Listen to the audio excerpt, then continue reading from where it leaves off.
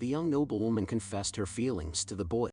The boy rejected her without a moment's hesitation, simply because he was an orphan from the slums. She couldn't understand this wasn't marrying a noble's daughter, the dream of every commoner. But as he turned to leave, she chased after him and seized his hand tightly. It turned out dating him had been her brother's dying wish. He was trainee No. 32 of the Imperial Guard Luca. In this exercise he had to learn to evade and deflect bullets. Only by passing the test could Luca shed the label of trainee. Luca's opponents were 5 death row convicts. Though he was outnumbered, he had completed all the extreme simulation drills. Luca calculated mentally he would need just 10 seconds to finish the fight. The next moment he burst forward, charging straight into the enemy range. The men hadn't even reacted before. One of them was instantly beheaded. Luca was immediately surrounded. This is my chance to prove myself to the commander. I have to seize it, though I've never done it before. Today I have to succeed right here. Luca pushed his senses to the limit. All 4 pulled their triggers at once. Luca swung his steel blade precisely, deflecting every bullet, even ricocheting them back to strike his enemies. The commander, seeing this, was thoroughly impressed. It was hard to believe a trainee could achieve such a feat. It seemed they had finally found someone worth cultivating. After the battle ended, Luca was injured, but he had also surpassed his own limits. As he left the training chamber, the commander praised his performance. After all, ballistic control wasn't even part of the trainee curriculum. Yet the commander decided to reward Luca with a special gift. Luca turned back, and the commander suddenly pressed his hand to Luca's eyeball. To everyone's shock, he crushed Luca's eyeball right then and there. Luca, however, expressed his thanks, for he had long wished for an artificial eye that could predict bullet trajectories. Back in the lounge, a blonde-haired youth stopped him. "I'm trainee No. 12 Ellie. I watched her fight just now. You've got real potential." Luca gave no reply, and Ali thought he overstepped, but Luca still let him in. "If you're here to exchange compliments, you're looking for the wrong person." Ali Karaka from the surname. It was obvious he was the nobleman. "Strictly speaking, I have no reason to be hostile towards someone from a distinguished family. Maybe this is just jealous." At that moment Ali produced a blue pill, saying it could ease the pain of his wound. Luca refused outright, but Ali explained that poor rest would affect future training. Luca thanked him anyway. Luca had watched Ellie's training too. "When it comes to finesse, I still have a lot to learn from you." Ellie pointed to his own eye. "I have a combat prosthetic. Calculating trajectories isn't that hard. It seems the commanders noticed you as well, so he shelled out from his own pocket to get you an artificial eye." Right. As for Luca, he simply followed the training program with every ounce of effort he had. Unlike the outstanding nobles, someone like me, a commoner, can't afford to miss a single chance to pass an individual assessment. Ellie fell silent at that. Though nobles seemed so exceptional, some would be eliminated even after passing the tests because a few incompetent nobles would pay to rig the results. Luca never expected to hear a noble say, "Not all nobles are outstanding." It left him wondering what exactly this guy was trying to say. Then the other simply reached out his hand to Luca, because he believed that someone like Luca, who'd made it this far on his own, deserves success. Luca took his hand in return. After all, everything he did was for the Empire. This is the story of a boy's life forged into a military weapon. In the cruelty of the autocratic empire of Acrisia, the scene shifts several days later. Luca finally received the long-awaited prediction eye of his dreams. His shooting accuracy had improved markedly. "You've managed to hit every target right in the head. It seems top students really are different from the rest." Ali sighed, "Good at close combat. And now a crack shot too, aren't you? A bit too perfect." But Luca felt Ali was mocking him, since Ali himself could put every bullet through the exact same spot. Ali looked a little embarrassed, yet he truly believed the Empire needed talents like Luca. Hearing this, Luca felt a twinge of doubt. These days it seems the Empire no longer values ability or talent. So long as you have status and money, even the incompetent can pretend to be capable. But when people like you rise up on merit, everyone can still see who's truly skilled. Luca cut him off, feeling as though these words were a veiled jab at the Empire system. "If I reported what you just said to the Empire, even as a noble, you'd be punished." Ali only smiled because he knew Luca would never do that. The scene shifts again to the next day. Their first field mission was about to begin. Luca and Ali had both been appointed squad leaders assigned to resolve the situation. At the corn outpost on the far side of the canyon, the commander reminded them there was no need to bring back prisoners for this live training. Gazing at the houses in the distance, Ellie reminded Luca they were once just like us, part of the Earth-human factions. But Luca signaled him to stay focused on the mission. "Don't let pointless sentiments distract you. The mechs here aren't for our protection. They're here to keep us under surveillance." If we try to take prisoners, we might even be executed on the spot. On this planet, every other faction is nothing but insects in the Empire's eyes. Everyone is scheming, exploiting, and deceiving the Empire for their own gain. Ali fell silent because he knew things were far more complicated than they appeared on the surface. But what the textbooks taught matched exactly what Luca had said. The mission was soon more than halfway done. But Luca still wondered why none of these people were armed. Still, he trusted the training. At that moment, Luca spotted a child trembling in a corner. A little boy was frozen in fear. Luca wasn't sure what to do. But the commander had been clear. No prisoners, Luca kept telling himself. These people were just parasites draining the Empire's resources. So he struck decisively with his blade, but it only pierced the wall. He quietly told the child to play dead. Maybe that would fool the enemy. Luca knew full well if the Empire ever found out, he'd be severely punished. Just then gunfire exploded by his ear. He looked up. It was Ali who had fired the shot. Luca had never even noticed when Ali arrived, but he knew Ali wouldn't turn him in. Still, if someone else found out, who knew what might happen? Suddenly an attack came straight for Ali. Luca noticed a man standing nearby.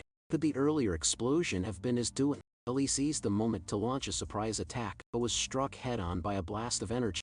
Luca hadn't expected the enemy to be a force user, and the commander had given them no warning. Is this our real test? Because of my hesitation, Ali's in danger. I have to act now, so Luca ordered the others to take the base. He stayed behind alone to buy time. But Luca would never let the enemy get his way. Energy began to gather in the man's palm. Luca pushed his speed to the limit. If he kept up this pace, his body would give out first. But he needed to go even faster. Just as the energy sphere was about to hit Luca, he broke through the man's defenses. Now, this was his chance to strike. Luca's long sword plunged into the man's body. At the same moment, the man's hand came down on Luca's head. The next instant, Luca's helmet shattered with a crash. Am I going to die here? But the man hesitated. Because in his eyes, Luca was just a child. In the end, Luca still emerged victorious. But Curites are fanatics who show no tolerance for anyone who thinks differently than them. So why did he hesitate? Yet everything Luca had learned kept reminding him this was all for the Empire. For eliminating enemies who threatened the Emperor and his people. For the Imperial Guard, there was no other reason. After completing his first mission, the man's words kept echoing in Luca's mind. No one had actually died during the operation, because he hadn't delivered any killing blows yet. Luca's convictions told him that mercy would only lead to ruin. The scene shifted. The instructor praised their performance, especially Luca and Ali. You both have a chance to become centurions. For the glory of the Emperor and his people, keep driving orphans from the slums. Like Luca, were usually assigned to the most remote squads. Even so, he was determined to become a centurion there. Soon they entered the sparring arena. This time Luca's opponent was Ali. Luca immediately noticed that Ali had grown stronger since, after his last injury, Ali had received a mechanical arm, but with his current strength, it was still nowhere near enough to defeat Luca. Just then, Luca caught a gap in his movement and disrupted his rhythm completely. By the time Ali realized what had happened, Luca's fist had already landed squarely on his face. Looks like I've won again. I thought I'd finally beat you this time. If getting new parts is the only way to get stronger, then what's the point of training? Ali realized that the talk about being the centurion had affected him deeply. Ever since that speech, he'd become more rigid somehow. But Luca was different. He had no choice but to keep climbing upward. Still, he was curious what kind of soldier Ali really wanted to become. Furly, being a soldier was never his dream. He wanted to be an archaeologist, but the Empire forbade private research into mysterious civilizations, and his family had been generals for generations. They'd never allow him to choose another path. Luca warned Ali not to let those words slip out. If anyone reported him, he'd be in serious trouble. But you wouldn't do that. Just as I keep your secrets for you. I only hesitated because my opponent wasn't a combatant. Even without you, I would have gone back to kill. I serve the Empire and the Emperor because they acknowledge my abilities. The Empire's enemies are my enemies, including you if it comes to that. Elijah smiled faintly, offering no rebuttal. If your loyalty to the Empire really outweighed everything else, you would have turned me in long ago. Don't make things so hard on yourself. Luke only frowned. If you keep this up, it's going to get you in trouble sooner or later. Soon their second mission began. This was an uninhabited neutral zone. These buildings had stood for millions of years, yet still radiated traces of energy. Ali was utterly fascinated, for it proved that even millions of years ago, civilization had already begun to explore the stars. Luca worried Ali might say too much and quickly cut him off. If we run into any other faction here, we'll have to fight. But Ali was unfazed. Confident, the Imperial Guard sent to watch them would intervene if things got out of hand. At this moment, Claude, who also loved archaeology, stepped forward with these records. We can glimpse the future. No wonder so many are obsessed with history. Luca knew Claude was of noble birth as well, not as renowned as Ali's family, but still someone the commoners looked up to. Suddenly Claude turned to Luca and asked, "I quite like you so. Do you have a girlfriend?" Luca broke into a cold sweat. "If you get any closer, I'll have to consider you a threat." Claude scratched his head awkwardly, explaining he just wanted to introduce his sister to Luca, but Luca only felt that as an orphan from the slums, he was unworthy. Ali added fuel to the fire, teasing that Claude's sister was a real beauty. Suddenly the group sensed movement nearby. They all tensed instantly, hiding themselves from view. Luca and Claude crept forward to investigate and soon spotted figures on the other side. The instant Luca got a good look, his heart clenched. The figure was a K-Rite paladin. The paladin spotted them as well. With a flick of his wrists, a spear whistled through the air. Luca sensed danger at once and shouted for Claude to fall back, but before Claude could react, the spear had already pierced his skull. Watching Claude collapse, barely clinging to life, Luca's mind went totally blank. Just moments before they'd been joking together, now his friend lay dying at his feet. At the same time, his mechanical eye flashed errors from the overwhelming power gap, utterly unable to track the enemy's movements. At that moment, Ali rushed up from behind to support him.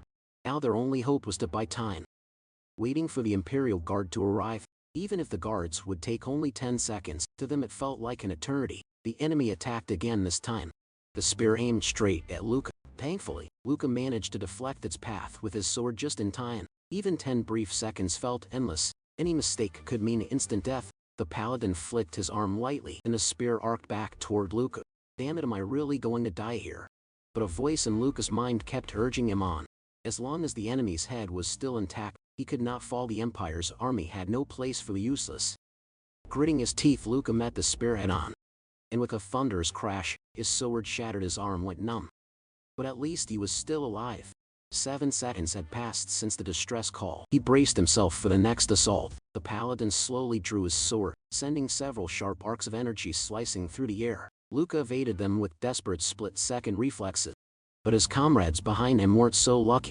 It dawned on Luca that the paladin's real target wasn't him, but those at his back. Suddenly, the paladin exploded into motion, charging straight for Luca. Damn it, is this really the end? But just then, as 12 seconds ticked by, the Imperial Guard arrived on the scene. At the very last moment, a massive hand seized the paladin's head, smashing him to the ground. But the paladin was no easy foe. He twisted, sword flashing, trying to break free, only to be sent flying by a single punch from the Imperial cavalry. Seeing this, Luca finally allowed himself to breathe. Reinforcements had arrived. The battle that followed would be a direct clash between the Imperial Guard and the paladin. As the Imperial Guard and the paladin put some distance between themselves, the paladin drew an axe legion from his back. An Imperial cavalryman wielding the Empire's weapon, facing off against the paladin blessed by force wielding. Luca had no idea who would win this duel. Both warriors swung their weapons simultaneously, sparks flying with each clash, neither giving an inch in terms of sheer presence. Soon they broke apart again. The Imperial Guard surged forward at full speed, charging straight for the paladin. Their battle raged from the ground up into the sky, their movement so fast Luca couldn't follow them at all.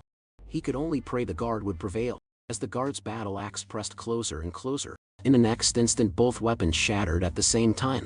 The Imperial Guard seized the moment, reaching out to crush the paladin's head, but the paladin's helmet was utterly unbreakable. At the same time, the paladin tried to summon his spear. From afar, Luca heard a roar behind him and felt a surge of dread. The Imperial Guard had no idea how deadly the spear could be. There might not be time to react. If the guard lost, Luca knew he wouldn't survive either. Just as the spear burst from the earth, Luca dashed in with his mechanical lead, trying to interfere with its trajectory. The guard noticed the commotion as well. The paladin lunged, gripping the guard's metal frame. The Imperial Guard instantly poured all his power into his right hand, striking the enemy's head with overwhelming force. A deafening crash erupted, but Luca still couldn't see who'd won. He could only pray the guard would come out on top. Footsteps echoed in the distance, Luca's heart pounding in his throat. Suddenly a mechanical arm reached out toward him. "Well done, trainee. Thanks to your help I was able to win this fight." But Luca stared back in horror. The Imperial Guard's signature full-body mechanical armor was forged by stripping away every useless part of the human body, the ultimate weapon of war. Every cadet dreamed of earning that armor. for it represented the honor of the Imperial Guard, but now even after losing his head, the guard was still moving. Are you still human or just a machine? A heavy silence fell. The guard slowly reached for his neck, only to discover his head was long gone. He quickly lost power and collapsed at Luca's feet. So this is the hero I've always wanted to become. Just a monster. After all, a chill swept over Luca, and he wondered how much longer he could hold on. Was this the end of his life? Suddenly a voice snapped him out of it unexpectedly. Billy was still alive now. Aside from the two of them, everyone else had perished. Luca had no idea how much longer he could last, feeling as if all his blood had drained away. He asked Ollie what he planned to do next. Ahead of them lay the place Ollie had always yearned for, the place he could never reach within the Empire. Luca hoped Ollie would pursue his dreams. Reinforcements would be arriving soon. Once found, they'd have to return to the Empire. Even though Ollie came from nobility, there were many things Luca couldn't understand.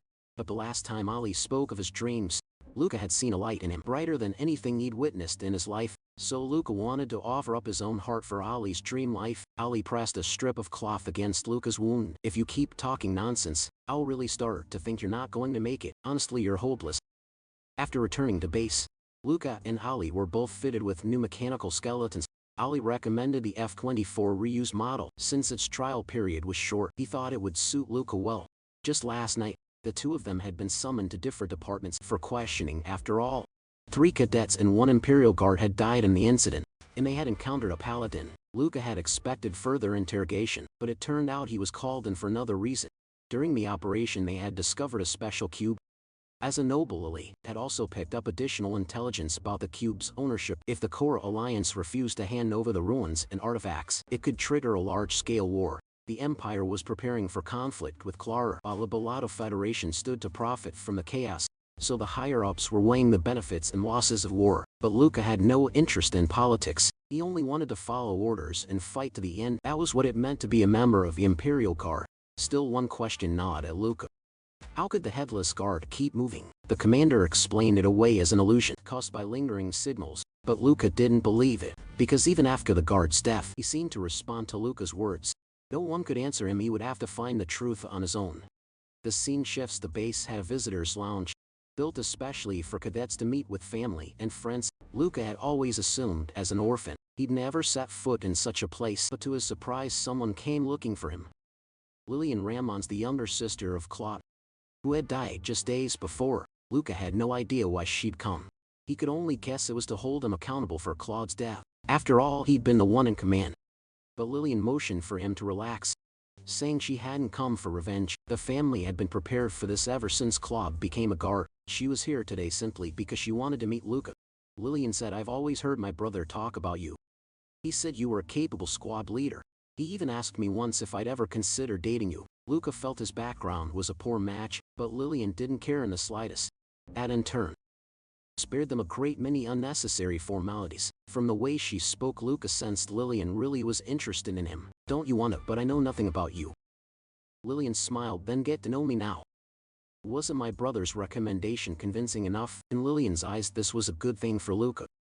And to be fair, she wasn't wrong. It really was an offer he could hardly refuse. After all, lower-class commoners rarely had any contact with noble ladies. Luca had come this far in order to change his fate. If he could marry a noble woman, he'd be one step closer to his goal. But the opportunity came so easily, it made him uneasy, so Luca refused her on the spot. He turned and walked away. Not long ago he thought Ollie, born into privilege but desperate to escape the Empire, was foolish. He never expected he'd make a decision himself, based on nothing but instinct. To someone like Lillian, a noble, this was probably an insult. Luca only hoped she wouldn't make trouble for him later, but Lillian chased after him. Grabbing his hand, Luca froze. Lillian seemed a little nervous. "I was too hasty. We can just be friends for now." Before Luca could react, Lillian blushed and ran off, calling back that she'd visit again in a few days. Luca stared down at his hand, lost in thought. It seemed she wouldn't be easy to shake off. He could only take it one day at a time. The scene shifts again, this time to the training grounds. Luca sought out his combat instructor, Kanunian. There were still many things about fighting he didn't understand. Kanunian told him there wasn't much left to teach. There weren't many cadets who could beat him in a fight. But Luca wasn't satisfied. That only meant there were still people out there stronger than him. Kanunian tried to reassure him not to worry. Luca had come to Kinyuan precisely because he was different from the other instructors. He was strong but never overbearing. This time Luca was testing out a new arm. His strength had increased tenfold. His only real weakness now was not being fully mechanical. His organic parts just couldn't take as much punishment. If he couldn't even beat someone like Kininin, he'd never stand a chance against monsters like the Paladin, so he had to get stronger. Luca launched a punch at Kininin. Kininin saw at a glance what he was up to, testing the power of his new equipment. Luca unleashed a flurry of blows, but Kininin deflected everyone with ease. So Luca decided to close the distance, and in a brief opening grabbed hold of Kaninin's sleeve. It looked like the session was about to end. Luca's fist shot straight for Kaninin, but with a flick of his sleeve, Kaninin sent Luca flying. Luca didn't even see what had happened. But he wasn't about to give up. The moment he hit the ground, he rebounded and charged again. Kaninin sidestepped, dissolving the attack, and caught Luca by the ankle. Flinging him away once more, Luca was left completely bewildered. What exactly had just happened? Kanyin pointed out Luca's weaknesses. He didn't understand his opponent's true strength, and he fought with too many distracting thoughts. So what exactly are you in such a hurry for? Luca was stunned by this. He honestly had no idea what had just happened. This was his first punch he'd aimed for Kanyuan's jaw. But Kanyuan merely brushed his arm, and suddenly Luca lost control of his body, swaying as though something else had taken over. To be precise, the force he delivered was reflected back at him, sending a shock wave through his body. Curious, Luca asked Kanyuan what that move was called. Kanyuan opened his mouth slightly and said it was a kind of self-defense technique. Luca immediately stood up and asked, "Can you teach me?" Kanyuan brushed back his hair, revealing blood seeping from his right eye. "You still want to learn after seeing this? Every shortcut comes with a price." The scene shifted. Kanyuan asked Luca what he'd learned from that bout. Luca could only say it felt like his body had been hit with magic, completely beyond his control. "We learned the move was called the Cease." He was shaken. It was a technique commonly used by rebels. Still, Luca thought it could be standardized for the military. Turns out his instructor had similar ideas, but Assis had 3 fatal flaws. First, it was extremely difficult to master. Second, it came with side effects, like the brain issues Kanyuan had just experienced. The third flaw Luca had yet to discover. Even so, he wanted to learn it. But Kanyuan said the Empire had invested too much in Luca. He was now imperial property, not free to make such choices on his own. Training in aces would inevitably affect the brain. "Can you guarantee you'll never use it in the future?" Luca looked at his instructor's back, knowing even a lie wouldn't fool him. So he answered honestly, "I can't promise, but I'll do my best to avoid it." Kanyuan's lips curled into a faint smile, and he patted Luca on the shoulder. He valued Luca's honesty more than empty promises. Suddenly Kanyuan stuck out a foot, kicking Luca into the air. "From now on, always be ready for my attacks. Only then will you be able to adapt to any situation." Luca slowly got up, rubbing his head. He knew Kanyuan had finally agreed to teach him. Time passed quickly. A month later, Ellie saw Luca and was deeply worried, because Luca clearly hadn't rested in a long time. For the past month, Luca had sparred with Kanyuan every day. Kanyuan didn't teach him systematically. Instead, he made Luca observe and learn as he sees through real combat. A method completely different from his previous training. Traditional tactics focused on perfecting single skills, but the essence of aces was to maximize the use of all one's abilities. A high-level combat algorithm that let you instantly deploy every weapon at your disposal, creating the most efficient fighting style. At its core, it was about unlocking the brain's potential. Luca asked how the missions had gone. Ellie shrugged, saying they were nothing special, just some routine assignments. Still, Luca reminded him to be careful. Hadn't the captain of the guard gone missing recently because of that incident? But Ellie disagreed. "I've heard some things from my family. There might be a rebellion brewing." Luca was taken aback. He knew there were rumors of a plot, but nothing concrete. He listened quietly. "We're at war with the Kyrite Alliance, and now some people want to start a civil war. It's ridiculous." Ellie cut him off. "Thinking it's ridiculous doesn't help. If we ignore internal problems, they'll only get worse." Before Ellie could finish, Lucas slammed him against the wall. "Ellie, I can turn a blind eye if you want to leave the Empire, but if you ever become my enemy, I won't let you go." Pinned by the collar, Ellie remained calm, meeting Luca's gaze relax. "I went through the same guard selection you did. Do you really think I'd betray the Empire?" Luca let him go. "Then stop saying things that could get you mistaken for a traitor. I don't want to see your name on that list." These were words Ali only dared say to Luca. He composed himself and smiled. "Are you free this weekend? Let me treat you to dinner." "What do you say?" Luca turned away. "I already have plans, and stop talking to me. You're too annoying." The scene shifted to the lower district of Akrish. Both Luca and King Yuan knew this place well. They'd grown up in the slums. Ever since becoming a trainee, Luca had thought he'd never return here. I don't want to breathe the same air as these idiots. He never expected King Yuan would bring him back. Beneath the capital, a lava field provided geothermal energy for the entire city, but the pollution and heat from the power plant drifted straight into the lower residential areas. Luca was grateful he'd gotten out, otherwise he'd be a loser like everyone else soon. King Yuan ducked into a narrow alley. Luca could feel the stares of vagrant and beggars. If he showed any weakness, these people would turn into thieves in an instant. He was surprised that Kaninian knew the layout of the lower districts, even better than he did. Kaninian had been with the guard for decades. How could he still remember these streets so well? This time Kaninian had Luca fight using only a low-output prosthetic. Luca didn't understand why, but since it was training, he had no choice but to obey. Soon the two of them arrived at the entrance, guarded by gang members. "I want to see the boss here." King Yuan said his confidence, making the gangsters hesitate. "What's your relationship with Olaf?" Kaninian scratched his head. "So the boss now is called Olaf, huh?" The gang member's face hardened and he raised his gun. "You limited, get lost while you still can."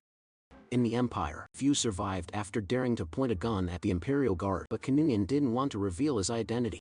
Without warning, Luca flashed forward, knocking the guard into the air with a single move. He followed with an over-the-shoulder throw, slamming the man to the ground. Another guard reached for his gun, but Luca was already pointing a gun at his head. "If you want to die, go ahead and try. You'd better call all F right now. Trust me, it's in your best interest." They tossed down their weapons and hurried off to report. Luca eyed the circular building ahead, wondering what was inside. Kaninian glanced at him, a faint smile on his lips. A fighting arena. The scene shifted. The two of them entered the arena manager's office. Aleph was a fat man busy running the place. King Yuan pointed at Luca. "Let him enter the matches. No entry fee if he gets killed." "So be it, only then." Did Luca realize why King Yuan had made him hold back his power earlier? Aleph took a slow drag on his cigarette, then flicked the butt at King Yuan. Luca caught it easily just then. The gang members nearby raised their weapons, aiming at both of them. "You misunderstood. We didn't let you in to listen to requests. We just wanted a convenient spot to dispose of the bodies." While they talked, Luca kept his senses sharp, reading the tension in the room. He knew Olive was bluffing. If they'd really meant to kill them, they'd have acted already. Luca pricked up his ears, noting two more armed gangsters outside the door. He'd already mapped up the worst-case scenario. He'd kick the metal table to block the gangsters' view, then punch right through the table, crushing a gangster's skull in the same motion. The men outside would be a split second late opening the door. By then he'd be armed, running along the walls and ceiling, pressed against the door frame. 2 quick shots to finish it. King Yuan asked Aleph what had happened to the previous manager. Aleph hesitated. "You mean Tora? He's dead, got caught rigging matches." King Yuan called his bluff. "The arena is a gold mine. Looks to me like you killed Tora to take his place, but I won't fault you for it. Tora killed his predecessor too. That's just how things work in this district and this business." Aleph suddenly stood, gun drawn, and pointed at Kaninian. "Who are you? How much do you know?" Kaninian remained perfectly calm. "Sit down, Olaf. Unless you want to join Tora. I never give a second warning." Olaf broke out in a cold sweat, raising his hands to signal his men to stand down. Instinct told him this was a man not to be crossed. "So you really want this kid in the arena?" Olaf gave Luca a hard look, pupils glinting as if analyzing his body. "Your arms and legs don't look like a fighter's, just a bunch of soft flesh. At this rate you'll be pulp in a second." Olaf agreed to Kenwan's request but wanted something in return. Kenwan dangled a lure. "I know where Tora's safe is hidden.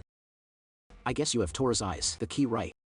Olive was momentarily speechless. He was curious about King Yuan's identity and the amount of information he held. King Yuan just smiled vaguely. "Just a ghost from a past that doesn't matter." The fat man dared not press further. Luca had learned a lot from Kaninian. The way he took control, handled problems with calm and decisiveness. These were qualities Luca still lacked. The scene shifts to the lounge. Luca was puzzled what exactly was in Tora's safe, and why all of attitude changed so drastically. Kaninian glanced at the tablet in his hand. "It's probably assets Tora stashed away. Enough to let Olive rewrite his own fate at last."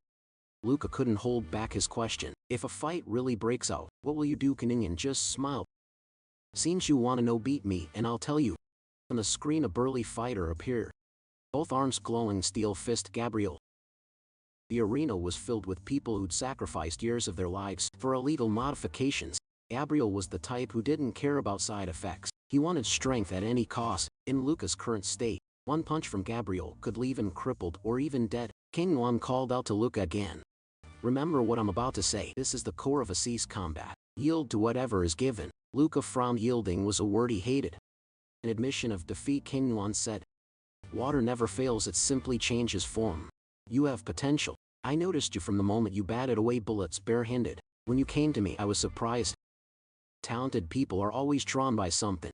Luca eyed the hand King Yuan placed on his shoulder. By the sudden praise, King gave him a meaningful smile. "Because this may be the last time you look like yourself." The arena lights flared on.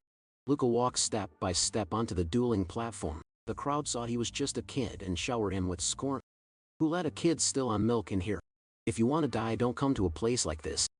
But there were always those who relished the bloodshed, waiting to see limbs torn off and bodies crushed. Luca felt no fear. In fact, he welcomed it. He finally felt at home, back in the world he'd come from. Let's see what you losers have turned into. As a child, Luca often went hungry. The Empire handed out supplies twice a month, but the orphanage director always skimmed most of it. For the orphans, hunger was the norm. But Luca never gave up on learning and training. Every spare moment was spent making himself stronger. In the beginning, the other kids mocked him. Luke just punched them in the face and took their food. If you wanted to grow strong, you had to eat more than others. Better to let food become his own flesh and blood than waste it on the weak. The strong devour the weak. Luca understood this rule from an early age. In the end, he proved he was right. At 12, he took the selection test for the second time. At 15, he officially became a cadet. Luca never wanted to see these failures again. During his internship, he'd nearly forgotten this place existed. When Gabriel entered, the stands erupted with his name. Gabriel looked at Luca with utter disdain. "Guess I'll overdose today. Giving me a brat like you." At that moment, Luca was calmly analyzing his opponent. Gabriel's limbs were from different manufacturers, cobbled together for brute force. That massive fist and arm made his shoulders hunch. His spine warped, but he was powerful. His body modified for one purpose, to become stronger. Gabriel looked Luca up and down. "Cute enough face. Maybe you should spend the night with me." Luca smirked. "Maybe you'll need a servant soon, since you're about to be a cripple." Gabriel roared with laughter. "I'll grind you into the dirt until you're begging to serve me." Olaf took the mic. "This is a snapshot of our brutal world. Either you get crushed or you stand tall after crushing others." Kenyon watched the arena, arms folded.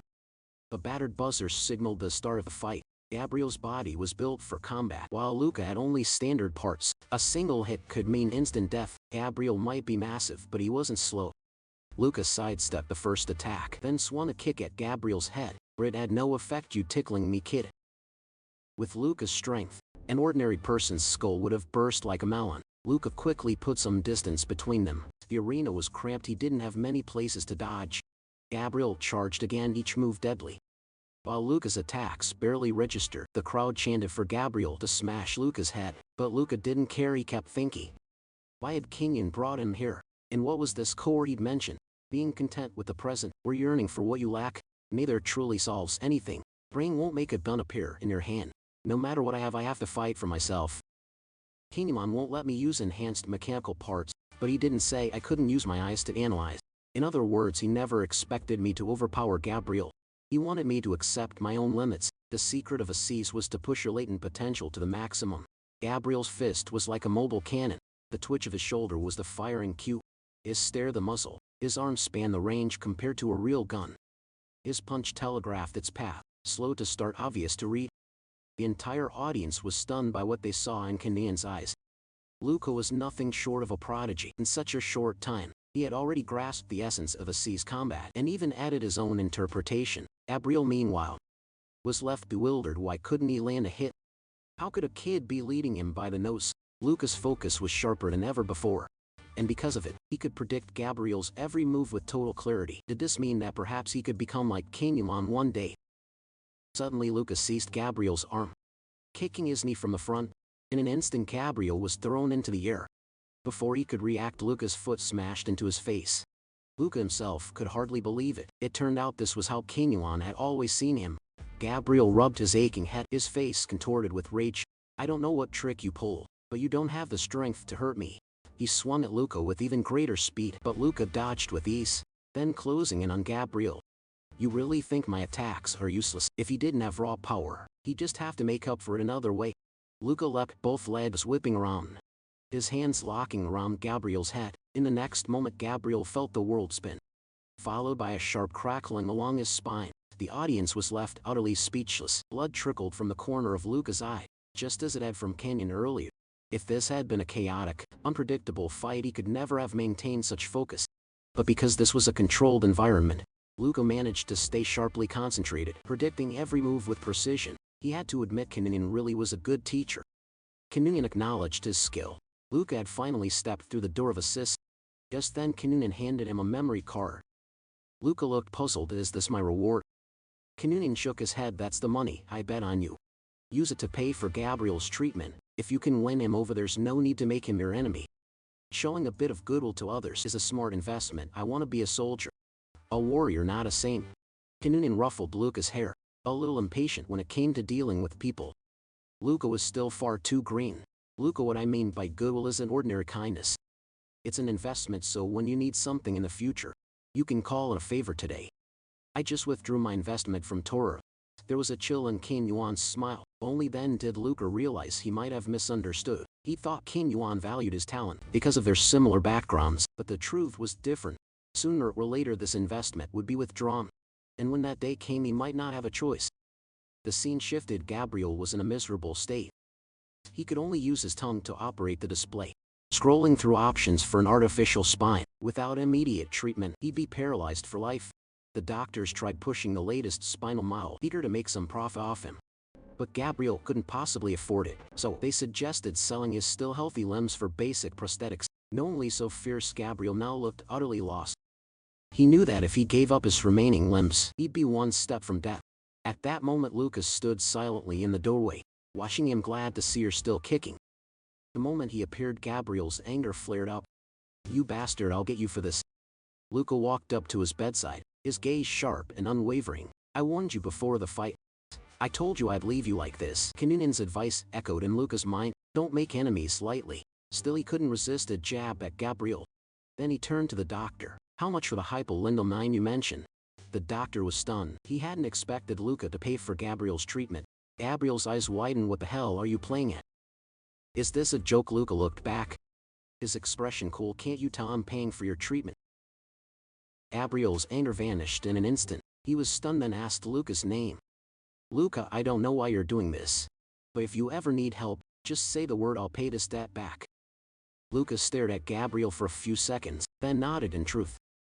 The feeling wasn't as bad as he'd imagined. The scene shifts again. Luca had already returned to the training base, and the first thing he did was seek out Ali for a spar. Ali aimed a kick at Luca's head, but Luca blocked it easily, then gave a gentle shove, causing Ali to lose his balance and stagger. Taking advantage of the opening, Luca kicked the outside of Ali's calf, and Ali went down in an instant. With the barest effort, Luca had completely subdued him. So this is the Assis combat style you learned from instructor Kenyon? Luca nodded in acknowledgement. Wasn't that just the kind of street fighting thugs use, like grabbing a fistful of sand to throw when falling, or hiding a shard of glass in your fist to attack?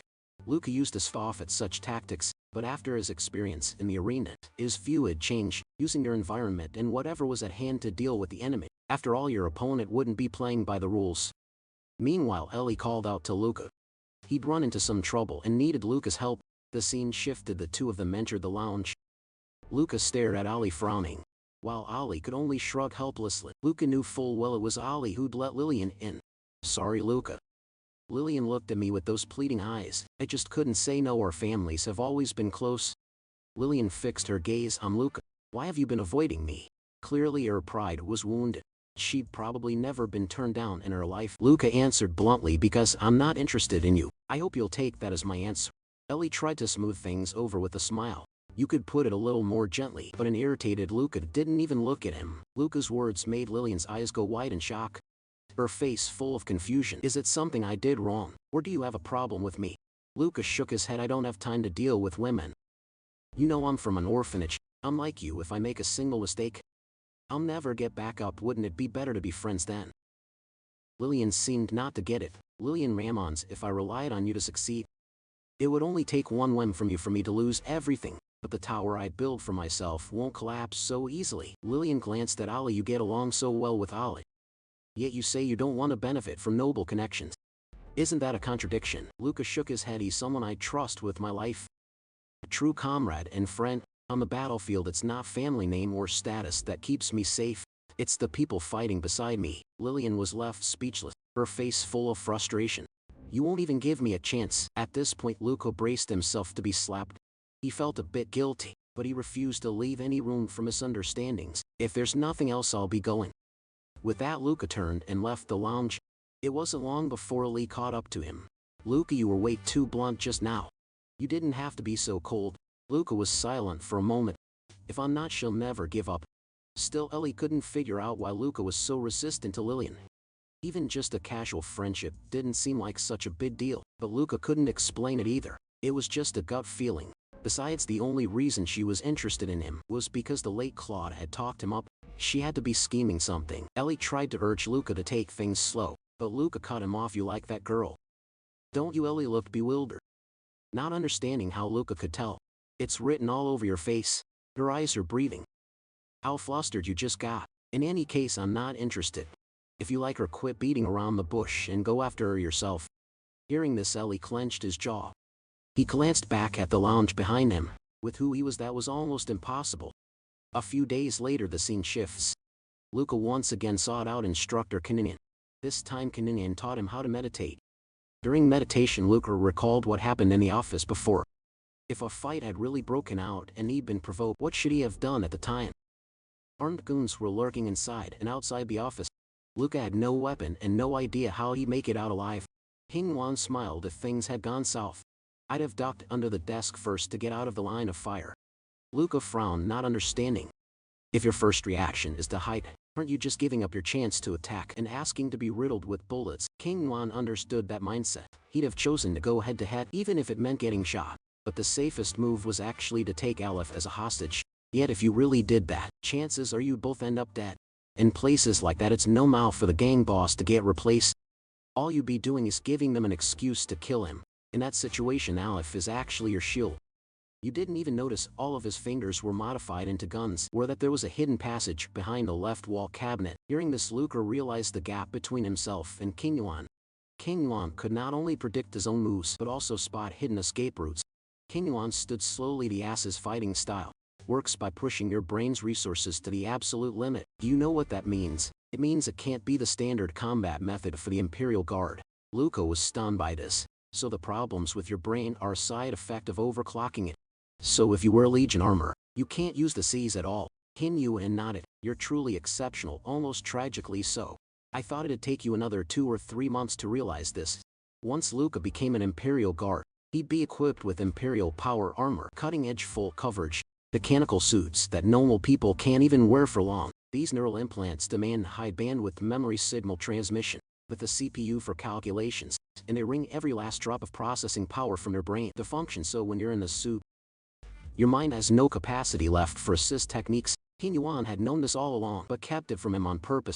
Lucas suppressed his anger. If he'd known from the start that these couldn't be used with Legion gear, he never would have learned it. After thanking King Yuan for his help, Luca turned and left. King Yuan only smiled coldly.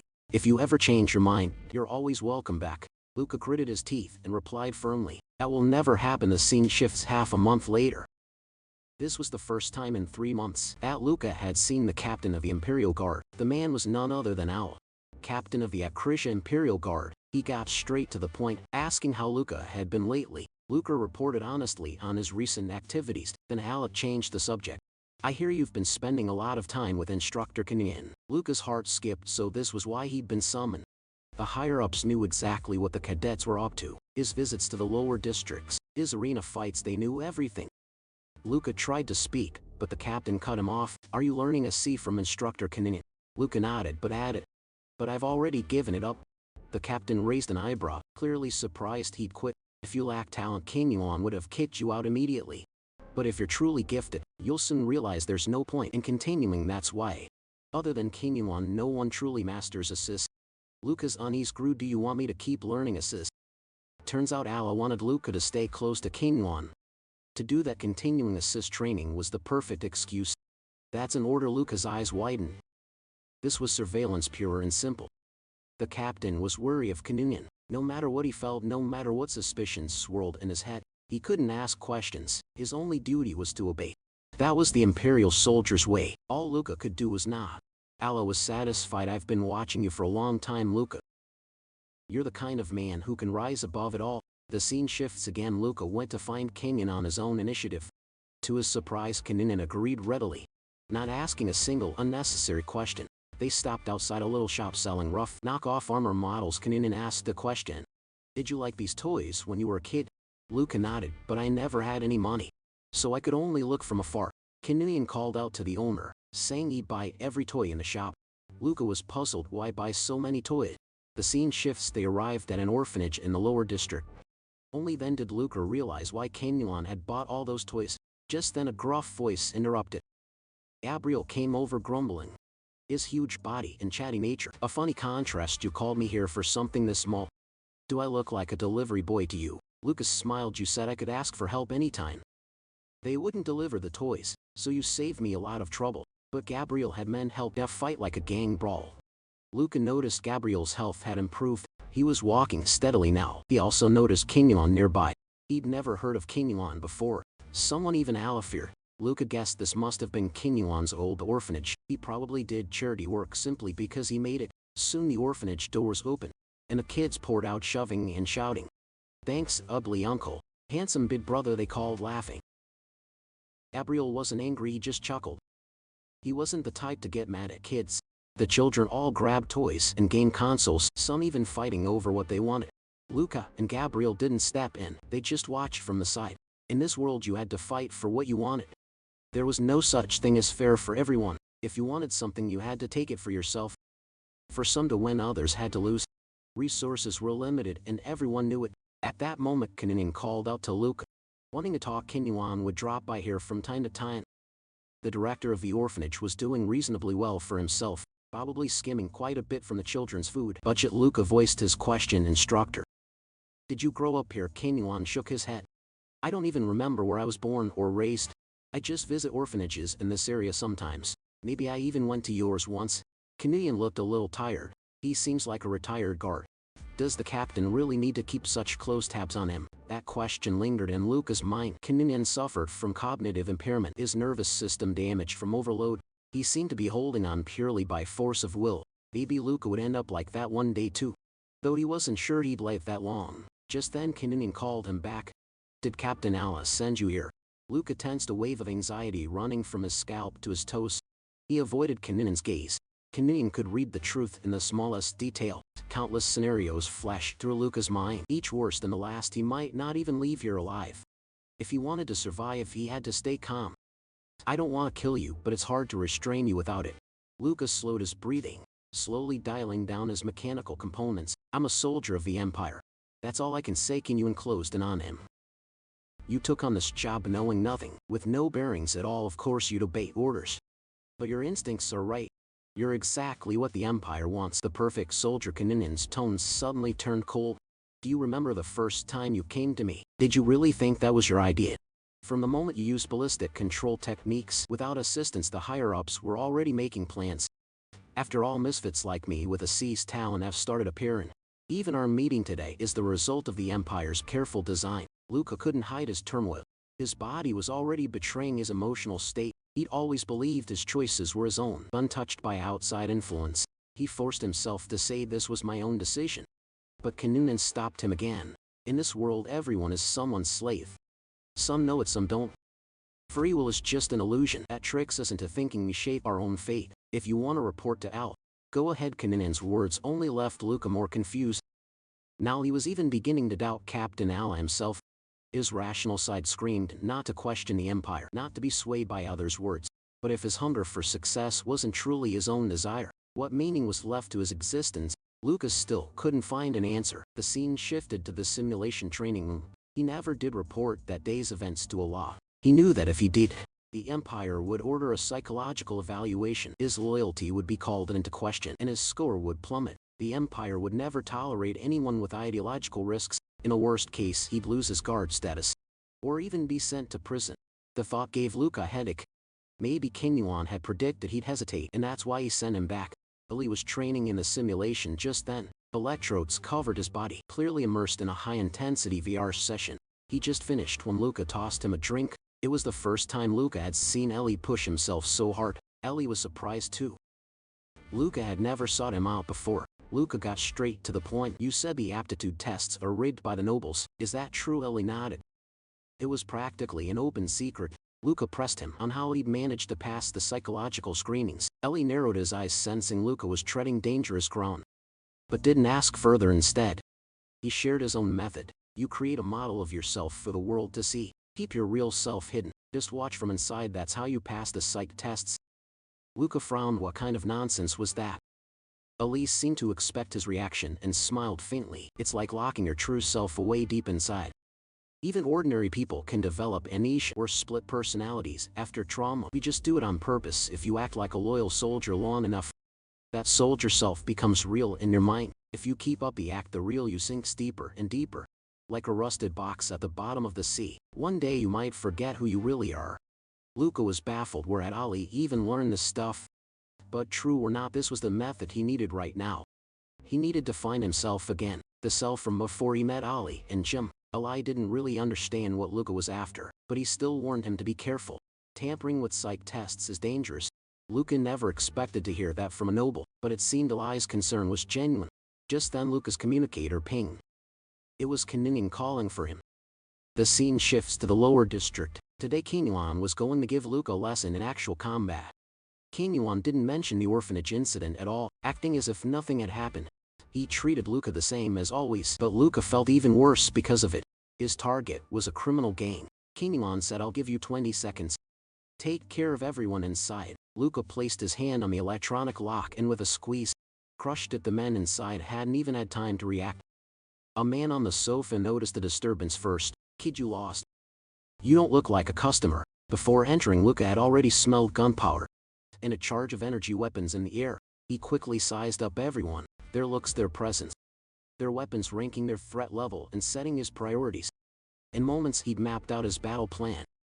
The man pointed a gun at him. You've got no one to blame but yourself for stumbling in here. But before he could even pull the trigger, Luca punched him straight into the wall. The others froze in shock.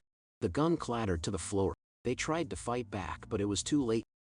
Luca had already locked in their positions. A few shots sent their weapons flying. The boss sprang up, firing at Luca again and again. Luca sidestepped with barely emotion, dodging every shot. He thought, these guys make a living as killers, but can't even kill. Luca squeezed the trigger without hesitation. Then the last man in the room charged at him with an electric bat.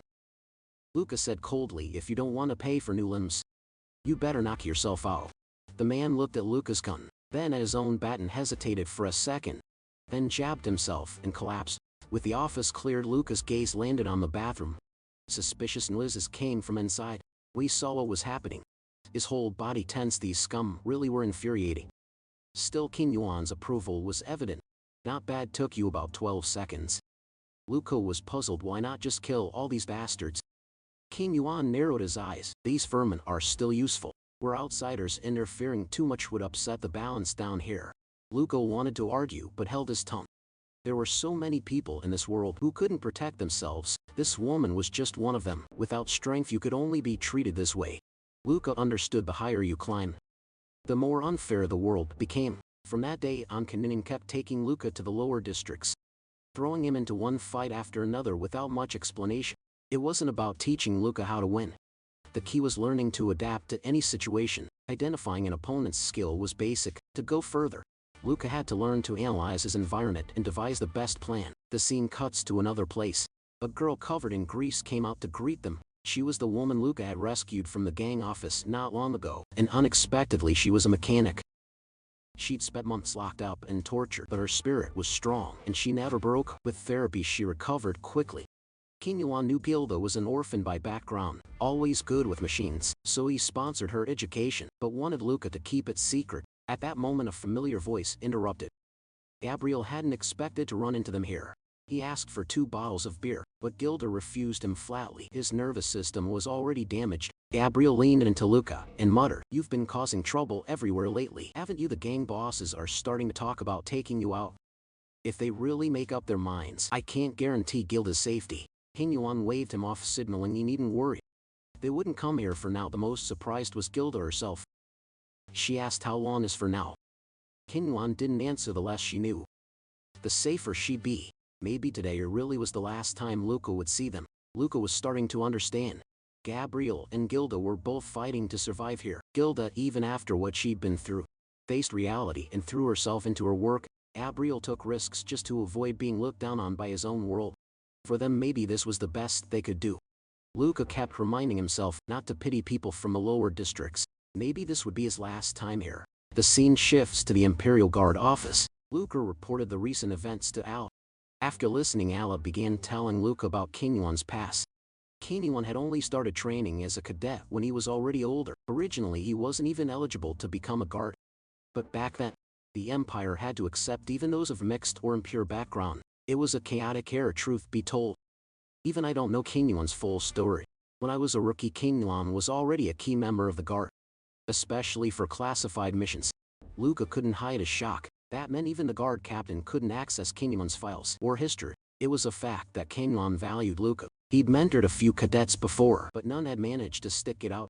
That proved Luca was outstanding, but also made him the most susceptible to influence. So Ala decided to order a psychological evaluation. Luca bowed respectfully. "I'm just following orders." Ala rubbed his forehead. Then called after Luca. He said, in fact, there were only two possible outcomes for guards assigned to these kinds of tasks. Either they were silenced, or they achieved enough to be acknowledged and became core members. I hope you'll become the latter. If you bring back something worthy, that will become your background. To be precise, I'll adopt you. Luca Custodia, it has a nice ring to it. Don't you think? Luca froze, eyes wide in disbelief. He never expected a law would offer to adopt him. The custodian named one of the Empire's most illustrious families. Luca was so overwhelmed with excitement that he almost wanted to shout. He couldn't hide his joy. This was a deal struck between him and the guard captain, an opportunity he'd fought for himself. The scene shifted on the other side. Ali was practicing hand-to-hand combat. Every punch he landed on the heavy bag resounded through the room. He pushed his mechanical arm to its limits, and finally heaved a ton-weight sandbag up to the ceiling. After training, Ali was left gasping for breath. Then pulled out ointment, rubbing it on his muscles, and the joints were metal met flesh. Looks like you've wrecked your joints. Are you really the Ellie? I know. Luca could see Ellie was under enormous pressure. If you need any help, just say the word. Ellie looked downcast as if there was something he wanted to ask Luca, but couldn't yet. It won't be long. Just promise me that when the time comes, you'll grant me one request. Luca didn't answer right away. He knew that if only brought it up this way, it couldn't be anything small. If you're ever in danger in battle, I'll be there to save you, even if it means risking my life. Though only wanted to tell Luca everything, he still hoped things wouldn't turn out as he feared. Thanks to Ollie's advice, Luca passed his psychological evaluation with flying colors, even earning commendation. Now his goal was to become a member of the Custodia family. For those from the bottom, this was a once-in-a-lifetime chance to turn their fortunes around. The scene shifted again a month later. The guard assembled all members. From now on, they would be under special military orders. Their mission was to suppress the rebellion led by the Ramon's family and the other two great houses. Luke's heart tightened at the news. He looked over at Ali, Lily, and Ramon's. She'd been one of his assigned targets. This was exactly what Ali had been worried about. Before departure, everyone had to undergo a gear inspection. Once cleared, the train rolled toward their destination. Luca hadn't expected the Empire to put guards in direct command, using the uprising as a training exercise for new officers. Luca was assigned a seasoned veteran as his adjutant, a valuable asset for the mission. Everyone knew they were just tools for the higher-ups to train rookies. No matter how much the military valued hierarchy and obedience, no one would easily show loyalty to a commander whose ability hadn't yet been proven. But Luca had to take control and lead the unit. He'd already devised two plans. The first was to delegate day-to-day affairs to Sergeant Kodrak. Even vague orders would be handled perfectly. It was the safest option. The other was to provoke their dissatisfaction, then crush it with his own strength. I'm stronger than any of you, so you will obey my orders absolutely. Anyone who disobeys will be punished. Luca planned to nip any defiance in the bud, using his power to intimidate the whole unit. At his words, all eyes were on him. Kodrak stepped forward, grabbing Luca's arm and trying to pull him aside for a word. Lieutenant Luca, word please. But Luca shook him off. Kodrak spun through the air and landed in the middle of the squad, touching a superior without permission. Do you think your age gives you the right to take me for a fool? Sergeant Kodrak, I'm from the lower district just like you all. Even grew up in a two-digit orphanage. I'm young, but why is my status so far above yours? Anyone with half a brain should know. It's because I'm that much stronger. I'll be the best captain you've ever had. Kodrak brushed off his uniform and stood up. My apologies, Lieutenant Luca. I'll be more careful from now on.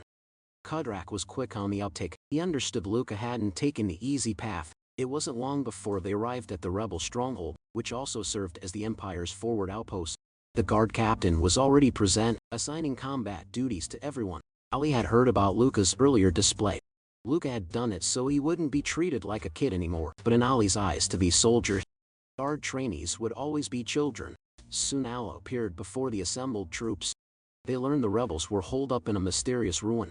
The site was encircled by 2 high walls, with 5 defensive towers in sight. Their mission was clear: destroy these defensive structures and clear the way for the Imperial Army to surround on all sides.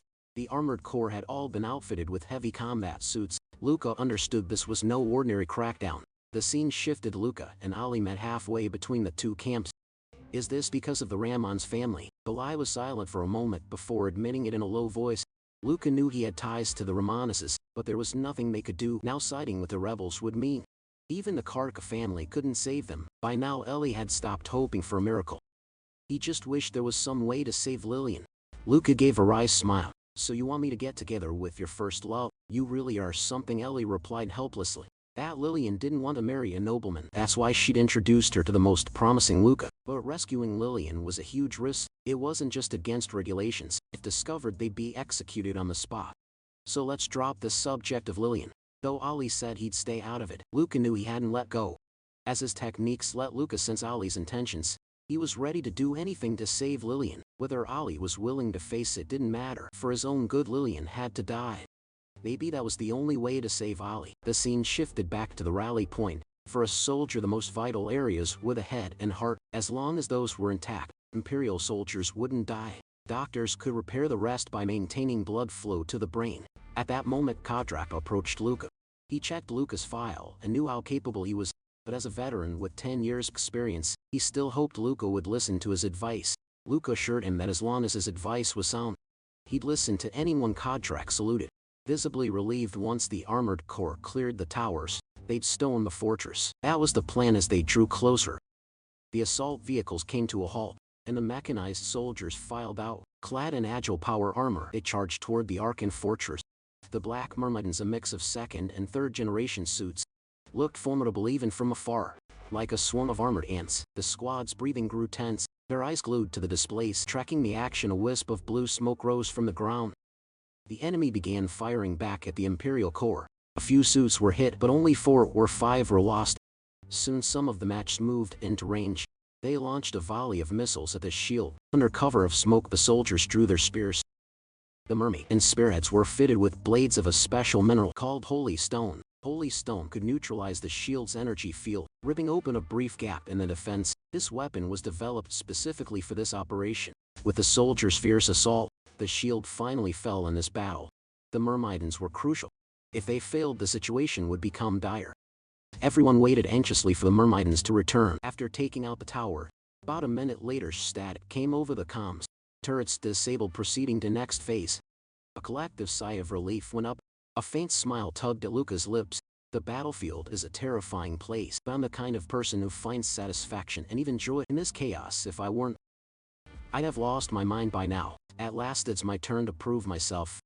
The plan was to have the infantry attack from multiple directions at once. The High Command was determined to give the rebels no chance to escape. The underground tunnels beneath the mysterious fortress were as complex as a maze. Even the map sections were hundreds of meters deep, but the rebels had surely remodeled the interior, changing the real structure. They must have narrowed the underground entrances to keep the Myrmidons out. Soon Luca's squad reached the crossroads. He decided to lead from the front himself. Luca's announcement gave his adjutant Kudrak pause. Taking point in a place like this was dangerous. Are you worried you'll be blamed if I die? Kudrak nodded honestly, but Luca had made up his mind. I don't care if you get demoted or lose your pay. After I'm gone, none of that matters. Luca felt a chill. He could almost sense the muzzles of his own squad's guns aimed at his neck. There was no doubt some of them were fantasizing about getting rid of their superior, but he was moving ahead for a reason. He had to find Lillian first. Right now Eli was also somewhere in these tunnels, having entered from another road. If Luca drove the squad forward at full speed, they'd meet up soon enough. He could trade the lives of his subordinates for speed, but he refused to sacrifice loyal soldiers for the sake of personal feelings, so he chose to take the risk alone. Just then a trap snapped down from the ceiling. Kudrak quickly signaled danger, but before he could finish, Luca evaded in a flash, dismantling the trap with a seize technique. He stretched all his senses to the limit: sight, hearing, touch, smell, even taste, patching chemical traces in the air with his tongue. He processed a flood of information in an instant, disarming every trap in the blink of an eye. The squad behind him broke into a cold sweat at the display. Luca could feel his blood vessels dilating, blood surging to his brain. His mind was being pushed to the brink. Suddenly, everything around him became irritating. His teammates' movements seemed sluggish, though they weren't really slow. It was just his nervous system under intolerable strain. That was the price of power. The other sensed Luca's volatility. Right now he was like an untamed beast. Then Luca kicked the steel door off its hinges, the door slamming into a rebel and crushing him against the wall. He moved so fast the enemy barely had time to react. He charged in cold and precise, as if he already knew where every enemy was. His blade flashed again and again. He exploded forward, pouncing on a rebel.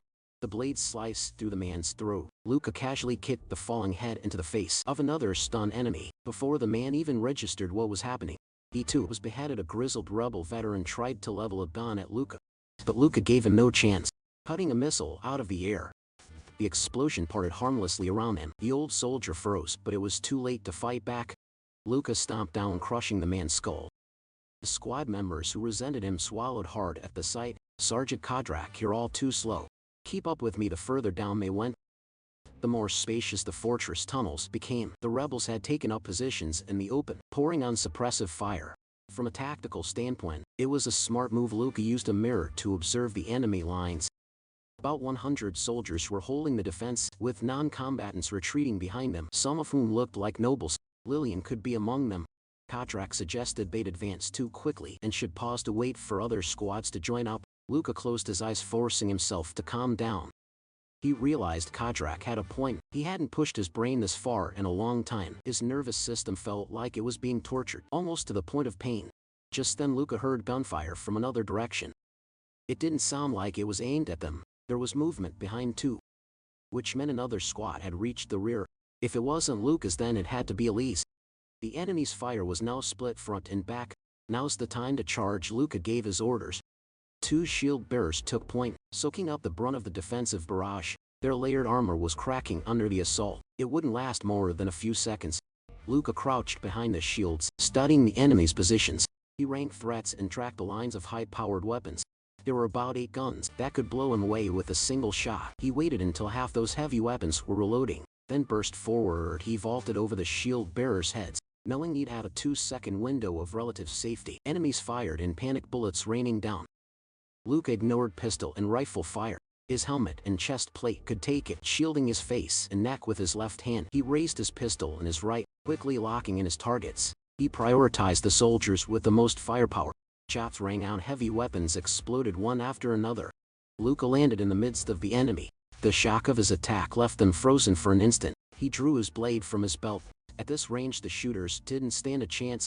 Caught between 2 forces, the enemy finally surrendered. Luca left Kodrak to handle the prisoners, but then he froze. Among the dead on the ground were soldiers he knew all too well. Ellie's squad mates. Ellie was pushing forward, sacrificing his own team. There was no time to regroup. Was he truly so desperate now that he'd throw away even his own men? Damn you, Ellie. And Lily and Ramons. Luca wanted to help Ellie, but he was an Imperial soldier.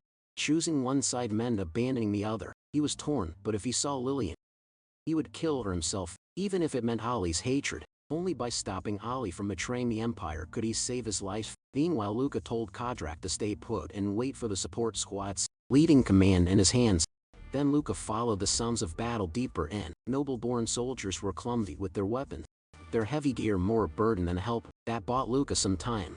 Most of the suppression force had already arrived and was sweeping up the last of the rebels. Luca had to admit, though it sounded cliché, Ellie was not just a trusted comrade, but a true friend of all his peers. Eli was the only one he could talk to as an equal, but now Eli was sacrificing Imperial soldiers for his own ends. A regular squad would never risk everything to chase down the rebels. Even if he found Lillian, how could they escape? In the end, Lillian would still be executed. Luca knew Ollie loved her, but was she really worth dying for? Just then a voice snapped Luca out of his thoughts. "I'm a noble of the Ramons family." The man forced the words out, barely staying conscious. Luca cut straight to the point. "Where's Lillian?" The man froze. "I don't know where she is." But his pupils flicked to the side. a telltale sign of lying. Luca crushed his mechanical eye without hesitation. It was an expensive prosthetic. The noble let out a blood-curdling scream. "This is your last chance, Lillian Ramons." "Where is she?" The man immediately spilled Lillian's whereabouts. Next, Luca asked if he'd seen Ali. The noble nodded. It was indeed Ali who had killed all these people, even after they'd surrendered. As soon as the words left his mouth, Luca crushed his skull. After all, they were already on the liquidation list. Dying like this was almost a mercy. Luca never used to feel guilty for killing, but today he felt especially numb. Was this what war was always like? Before long, the sound of gunfire and screams reached Luca's ears. He had finally caught up to Ali. Though they'd always seemed to get along, Luca had always felt a faint sense of unease around him. If Ali truly betrayed the Empire, what would he do? Now he finally had to answer the question he'd always avoided. At the center of the banquet table, Ellie stood tall as if making some kind of declaration. "So you came after all, Luca? You really went through with it?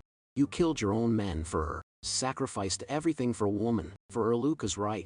I moved it independently, scanning the room. In the corner of the hall stood the entire Ramon's family, the patriarch, direct relatives, and Lillian among them. Luca clenched his jaw. "Damn it, just for that woman. Are you really going to make yourself an enemy of the Empire?" Ellie's voice was low. "I knew you wouldn't be able to avoid this." He drew the long sword strapped to his leg. "Come then, Luca. Let's finish this." Luca forced down his anger, his teeth aching with the effort. "On behalf of the Emperor and the citizens of the Empire, I pass judgment on you." His emotions were so tightly suppressed. He could feel the cold in his teeth. He had to fight Ali now logically. He had the upper hand as long as he made no mistakes. Victory should be his, but Luca's real objective wasn't Ali. It was the handful of people trying to escape. Ali wanted to protect the Ramon's family, or rather Lillian. Luca had to kill Lillian even if Ali would hate him forever. It was the only way to save him. At least he wouldn't have to kill Ellie himself. If he killed the Ramon's family and all the witnesses covering up Ellie's betrayal, then even if there were suspicions, Ellie's Kartika heritage would shield him. But Ellie seemed to sense Luca's intent. "You're planning to ignore me and go straight for Lillian?" Luca didn't answer. He charged. Ali opened fire, trying to stop him. Gunshots rang out for them.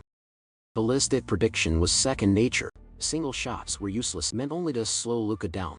But before the battle, Luca had forcibly upgraded his neural transmission speed and bandwidth. Now his reactions were even faster, and his movements sharper than Ali could predict. There was nothing Ali could do to stop him. In moments, Luca broke through Ali's defense. The two Ramon's sons raised their guns at Luca. Ali shouted for them to drop their weapons, to not resist, but they tried to pull the triggers anyway. To Luca, their movements were laughably slow. With a single stroke, he cut the younger son in two.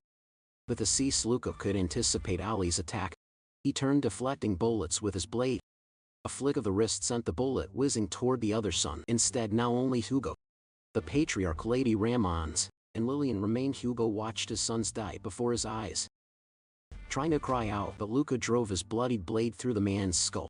Without pulling the blade free, he swept it sideways, cutting down the lady as well. 4 deaths all in the blink of an eye. Only Lillian remained. Ellie screamed from behind, begging Luca to stop. Lillian Ramons, the woman who'd once confessed to him. No matter what, Luca knew he'd never forget her. At least not until the last vestiges of his own humanity were gone. Now the only mercy he could offer was a painless death. This was all he had left to give her. "Farewell, Lillian Ramons." Yet when he saw her face, he realized she was smiling. Joy lit up Lillian's features. Why was she smiling? Luca's mind went blank for a heartbeat. It was all the time Ellie needed to catch up. In a flash, Ellie slammed into Luca, knocking him aside. Their blades clashed, sparks flying. "Ellie, did you see her face? Her family's dead, and she's happy about it." Ellie seemed to understand. She's finally free. Her family always saw her as a pawn for marriage. Luca kicked Eli away. "Is Lily and Ramon's really worth all this? You're smart, Eli. Don't be reckless. It's not too late to turn back." But Eli shook his head. "You don't know anything, Luca. The so-called traitor family, Ramons included, never truly rebelled against the Empire. The Empire just needed an excuse to purge them. Look at how fragile their defenses were. If they really meant to rebel, they would have allied with the Korra Alliance or the Balado Federation by now." Luca was momentarily speechless. Ellie was right. Even with 3 great houses joined together, the rebels were too weak with no outside support. If they'd truly planned a rebellion, how could they not have sought help from the Crassians or Balado? Those powers would have loved to see the Empire divided. If Ellie was telling the truth, Then he would die just like Lillian in the end. At that moment Lillian finally broke her silence. The Empire targeted our family. Because of this, she rifled through her father's corpse and pulled out a small cube. It's because of this that they could activate the ancient fortress.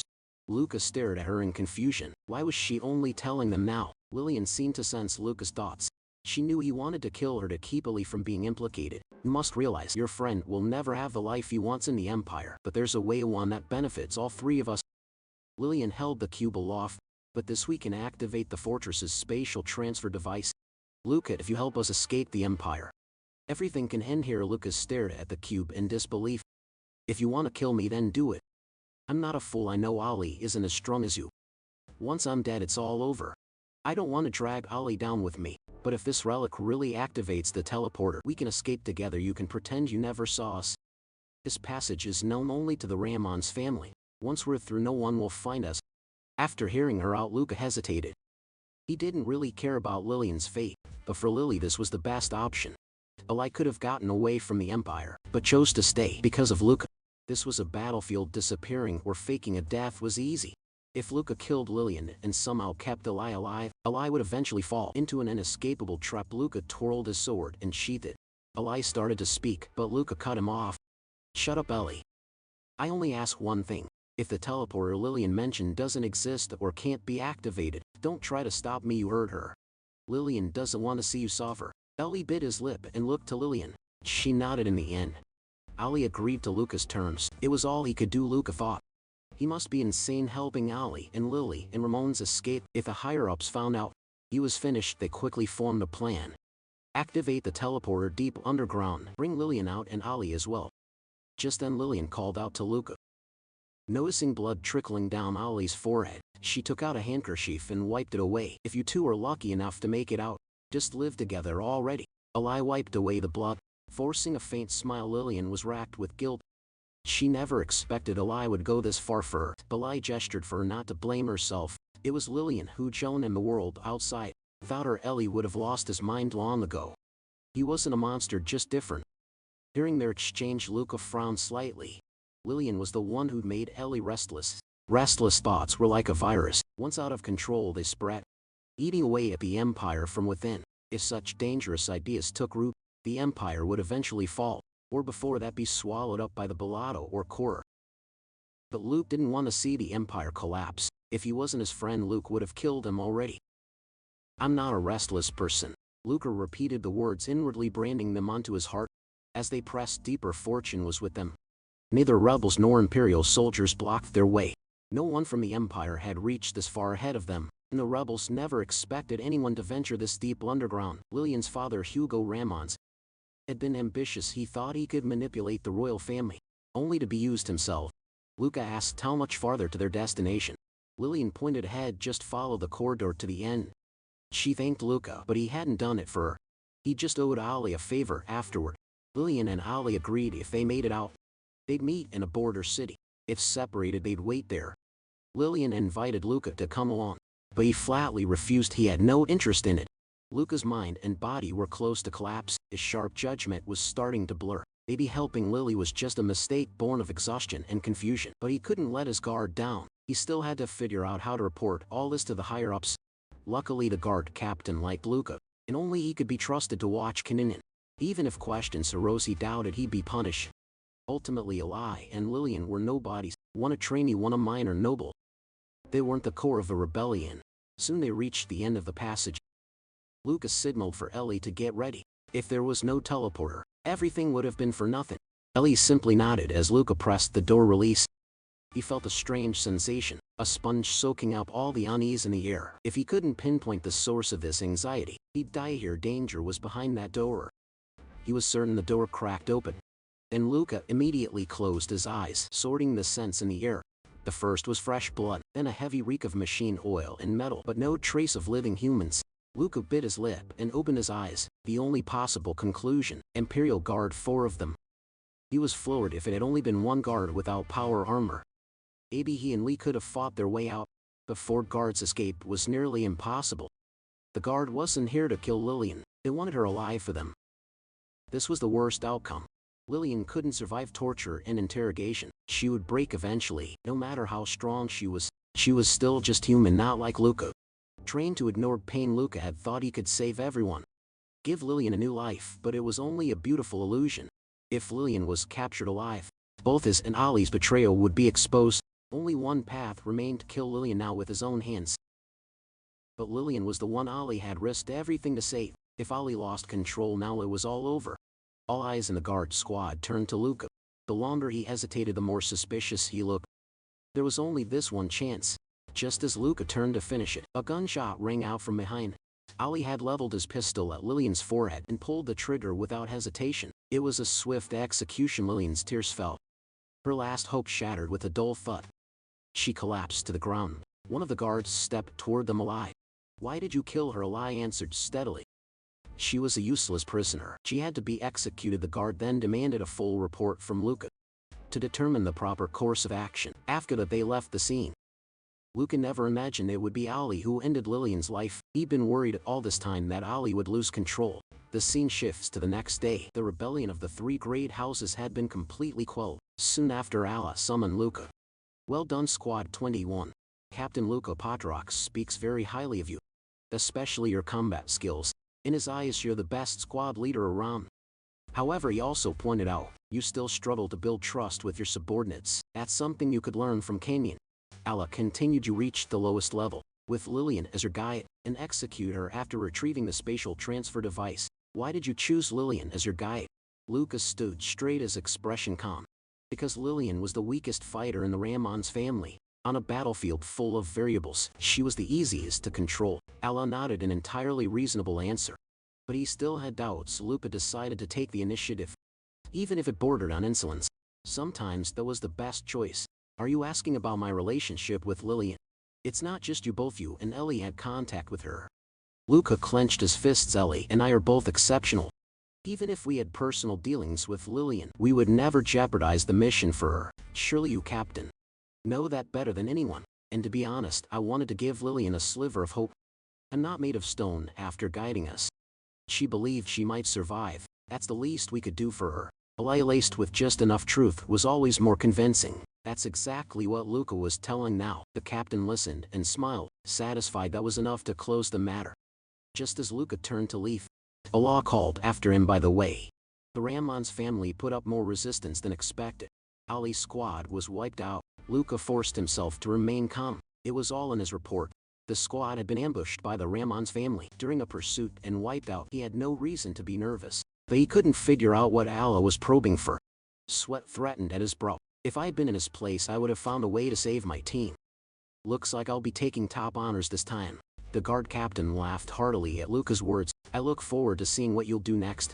For days after returning, Luca's nerves stayed taut. Never relaxing scenes and faces flickered through his mind. The border city, Lillian's chosen escape. She never made it out, dying at Ali's hand. At the time, Luca couldn't even bear to look at her face. Ali killed Lillian because Luca was there. Otherwise, he might have died with her. Twists and turns aside, Luca had managed to save Ali. Back in a capital Apron, they underwent repairs and rest. For their achievements, they were awarded the 7th Class Cross Swords Medal, an honor given only to Luca and Ali among all the Imperial Guard cadets. 2 days later, Luca called Ali behind the dormitory. I never thought you'd kill Lillian. I thought you'd charge the guards. In despair, Ali replied quietly. If you hadn't been there, I definitely would have. Just as Luca expected, Ali hadn't killed her out of fear for his own life. You should quit, you're not cut out to be a soldier. Luca frowned, recalling that day. Because of his feelings, Ellie had gotten his squad killed. As long as you don't kill me here, my family will get me into the guard no matter what. Luca punched him in the stomach, knocking the metal off his chest. Ellie clutched his ribs and doubled over against the wall, the blow fracturing his ribs. It a mechanical replacement if it's broken. Don't play the victim. Ali slid down the wall and buried his face in his knees. It's a joke that I even got this medal. He started to regret not training harder. Luca stayed silent because even if he had, the outcome wouldn't have changed. Ali was no cold-blooded killer. The guilt of killing his own squad haunted him. Despite all his efforts, he still couldn't save Lillian. He wouldn't last long, whether it was his outlook or fate. He truly didn't belong in this empire. On the way back, Ali planned to take leave and return home. Luca didn't ask why, he just sensibly had made up his mind.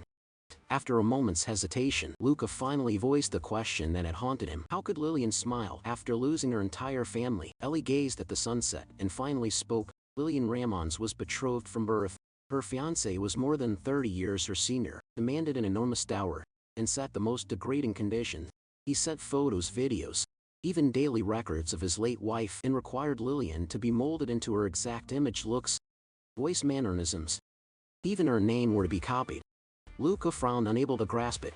That's disgusting. For the first time, he felt the horror of desire and power combined. From the moment she was born, Lillian was doomed to suffer. Ellie nodded. Only Claude ever pitied her. Luca was still puzzled. Then why did you two try to set me up with Lillian? Ellie laughed, covering his face. You really didn't know that was my idea. I told Claude you were the guard captain's illegitimate son. That's why he encouraged you to get together with Lillian. Luca was stunned. He'd actually believed such a ridiculous lie. Honestly, anyone could see the guard captain treated you differently. If you really were his son, rising from a double-digit orphanage to the guard would make perfect sense. The captain is from the Custoria family.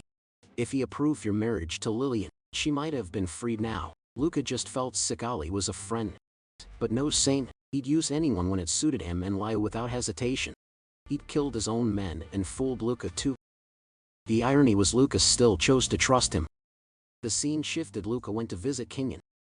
Our war hero finally graces us. I heard you got the Cross Swords medal. Luca made regular visits. He had to keep a close eye on Kinyon. Kinyon understood. He was only following the orders of the High Command. It's just a 7th class medal. Anyone could get. Nowhere near your record. Instructor. Luca slumped into a chair. Their relationship was no longer stiff or formal. More like mentor and apprentice than superior and subordinate. Kinyon glanced over Luca's combat logs. You're good at Assise fighting techniques, but you rely too much on yourself as a commander. That's a weakness. Your subordinates probably don't listen to you. But to Luca they were all good soldiers. Even with an unfamiliar squad leader, they'd follow orders without hesitation. Kinyon stroked his chin, thinking. You're too soft-hearted as a commander. You'd rather take the risk yourself than put your team in danger. To Luca that was how you preserved fighting strength. But Kinyon dismissed the idea. The more battles you fight, the heavier the mental toll. If you don't learn to manage that, it'll undermine your core skill. Decision-making. You've wasted resources. You could have saved it all to protect your team. Luca frowned. Are you saying I should just sacrifice my squad? Kinyon shook his head. Not to throw them away, but to make them willing to risk themselves for you. Kinyon tapped the table, summoning up images of Gilda and Gabriel. Those two would help you without hesitation. Luca knew he'd help them himself. But Kinyon pointed out that wasn't nearly enough. In real danger, they might still betray you. You need to build deeper bonds. Like family, like friends, but keep a certain distance. Get too close and you'll never be able to sacrifice them. Kinyon's words sent a chill through Luca. He said so directly, but Kinyon didn't think he was wrong. In fact, that was what he liked about Luca. The key is to accept others' feelings, but never give too much of your own. That's the trick to being in control. Luca asked, but what if I can't handle the guilt of losing my men? The remorse, the shame. Kinyon's reply was flat. Then you'll have to get used to it. Otherwise you'll never surpass anyone. Only ever be surpassed. Luca nodded. The issue wasn't whether he could accept it, but whether he could face reality. He bid Kinyon goodbye and hurried off to the guard captain's summons. He was being sent to a new place, Cree Academy. Although Luca refused at first, Al wouldn't hear it. You've never experienced noble society. This is your chance if you really want to become a Custoria. Luca had no choice but to accept. At the appointed time, the roar of engines filled the air above the airport, and a black aircraft touched down on the tarmac. Don't just stand there, get it all ready. A girl's voice called out. No one was visible outside, but the impatience in her tone was obvious. Luca shrugged and stepped inside. He saw the girl who had spoken. I'm a guard cadet. Before Luca could finish, the girl cut him off. I know your name. Spare me the small talk. She was forceful. Probably because no one had ever put her in her place, a typical noble most likely. He glanced at her, noting that she was about his age. I'm here on the guard captain's orders. The destination is Cree Academy, right? The girl snorted. And what difference does that make to you? She turned away, as if another second of looking at him would make her explode. Really makes you want to punch her. Damn nobles understood. This of the Custoria family. For the first time the girl looked Luca in the eye, and frowned. How did you know? Simple deduction, Luca replied. There aren't many people who can openly show their displeasure at Captain Allah's orders. She hesitated. wondering if Luca had seen through her identity from the start. Maybe this really was the guard captain's daughter. Even if Luca was wrong, the worst that could happen was a little embarrassment. Luckily, he guessed right this time. She seemed a bit intrigued by Luca's perceptiveness, and her attitude softened a little. "I'm Giselle Custoria. My father sent me to be your guide. But don't act like you can see right through me." I hate that Luca was suddenly reminded of Lillian. Compared to Giselle, Lillian's manners had been much better. Luca honestly didn't know why he had to be so deferential. He wasn't doing any of this to curry favor with the high and mighty. His assignment at the academy wasn't for their approval, but to escape his old life. Luca was sure Allah understood how he felt. Better to die than fawn over someone who despised him. "Let's just do our jobs, you lead. I'll follow. Is that good enough?" Giselle seemed surprised by Luca's tone, staring at him for a few seconds, then bit her lip in frustration and turned away in silence. She really makes you want to break her nose. And I don't mean that figuratively. Luca crossed his arms and looked out the window. Before he knew it, they'd arrived at Crady Academy. No matter how proud the young lady, she wouldn't dare cross her vulnerable father face to face. All she could do was grumble while silently carrying out her duties as his guide. They passed up a flight of steps, and a towering statue of the first emperor came into view, with the inscription "Protector of Humanity, Diana Crady." Luke had only seen Crady Academy in the media before. This was his first time really experiencing its atmosphere. As soon as he entered, he noticed the stairs directed his way. Passing students eyed him with curiosity and suspicion. All of them were equipped with high-end mechanical bodies. Luca thought it a waste to lavish such resources on these pampered kids. Just then Giselle called out to him.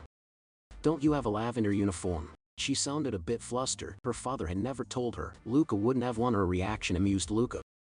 At that moment, a student noticed them. Soon Luca heard someone call his name. It was another new guard cadet, Felix Egan.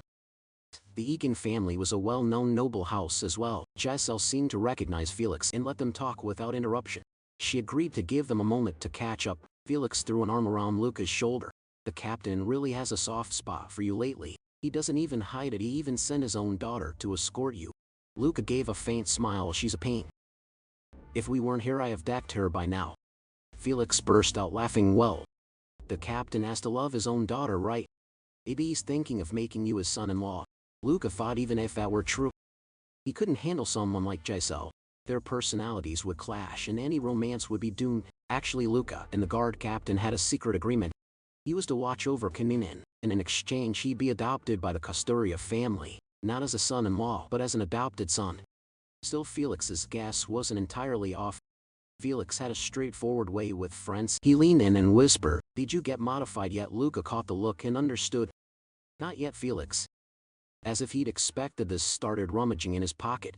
Cadets from the military academy are always a hit with the girls. Luca looked down and saw a box of condoms, leaving him momentarily speechless. Felix went on to give Luca the rundown on the academy. Luca liked Felix's personality. He could see them becoming friends. Felix also described the dorm situation. Genius commoners like Luca or unpopular nobles lived here. Buying a house was out of the question for them. So even at the academy, the class system endured. With Giselle leading the way, Lucas soon reached the dormitory. A robot came down to greet him. Was this really the place for commoners and fallen nobles? No wonder it was called the best academy. It wasn't a place for soldiers, but a gathering ground for the brilliant. Lucas sat on the sofa beginning to meditate. It was nothing like what he'd imagined. After showing him to his room, Giselle exchanged contact info with him. She was clearly a bit put out, but orders were orders. Luca figured she wasn't just some spoiled rich kid. As she left, Giselle gave him some advice. "Stay away from the dorm leader. She's the craziest person in the whole school." Just then the doorbell rang. A girl of full head shorter than Luca appeared, flustered. "Hello. I'm the dorm leader." Luca was a little surprised and scratched his neck awkwardly. "I'm Luca, the new guard cadet." He glanced over her clothes. The cuffs were frayed, her outfit worn thin. No family name. She wasn't a noble. Luca saw nothing even remotely crazy about her. Maybe Giselle just didn't like people from the lower rungs. The girl looked a little shy. "Nice to meet you, Mr. Luca." "I'm Barbara." Luca waved off the formalities. He was from the bottom too. "You're the dorm leader now." "That's not nothing." Barbara smiled, a bit flustered. Luca guessed she'd worked hard to get this far. "Just like him, I'll give you a dorm tour." Luca, "It's the dorm leader's job. You can't refuse." Barbara led the way. Her red gold hair still beaded with water. She must have showered right after class. Luca figured she must value her time. But with a cease, he sensed something a little off. Though if Barbara was just diligent, that would explain it. After changing into his academy uniform, Luca found Giselle already waiting for him beneath the classroom building.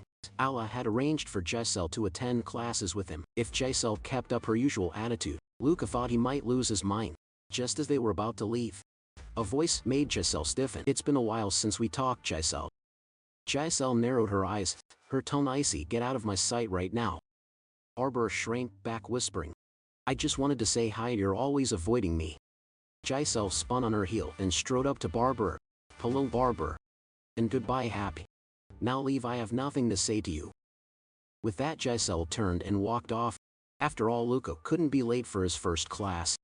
Luca noticed that Giselle seemed to have some bad blood with Barbara. The way she treated Barbara wasn't much better than how she treated him. But Luca was puzzled. How had someone with Barbara's timid personality become dorm leader?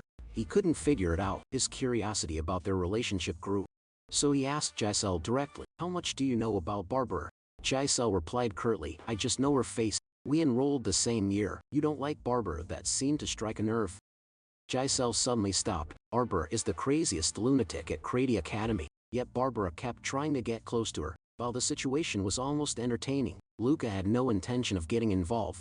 He just wanted to survive 2 months, become a noble, and never worry about these rumors again.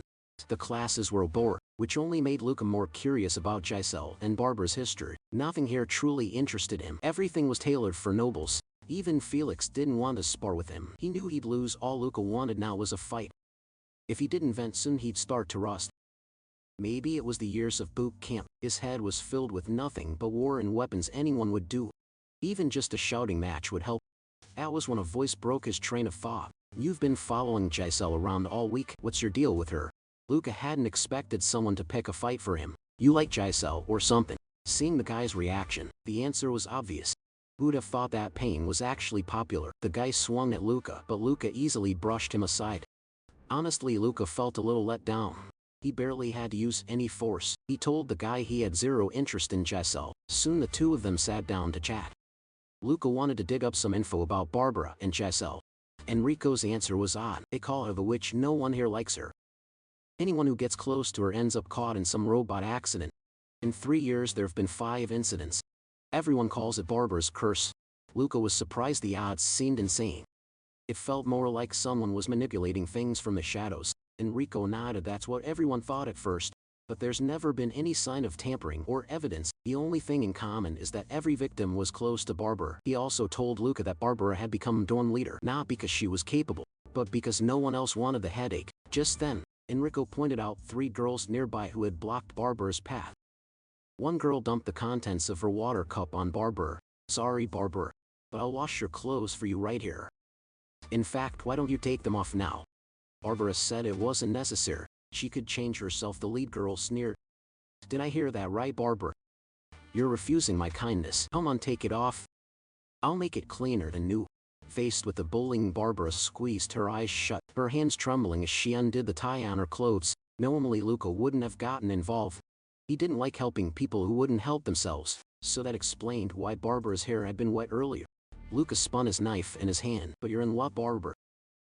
He flicked the knife. The blade sliced clean through the empty cup in the girl's hand. She screamed, and when she saw Luca, her eyes went wide with fear. They all knew he was a transfer from the guards. "If you don't leave, my fist will be the next thing to hit you." "I don't hold back." The girl slunk away defeated. Barbara called after Luca and thanked him. Her face was bright red, her gaze flustered. Luca allowed himself a faint smile. So now he figured he was close enough to Barbara to be targeted by a rogue robot too. Cut to Enrico panting, panic written all over his face. "That girl's name is Callis Akano. You picked the wrong fight." Luca's attention sharpened. "Her family doesn't have much pull, do they?" Enrico shook his head. "That's just on the surface.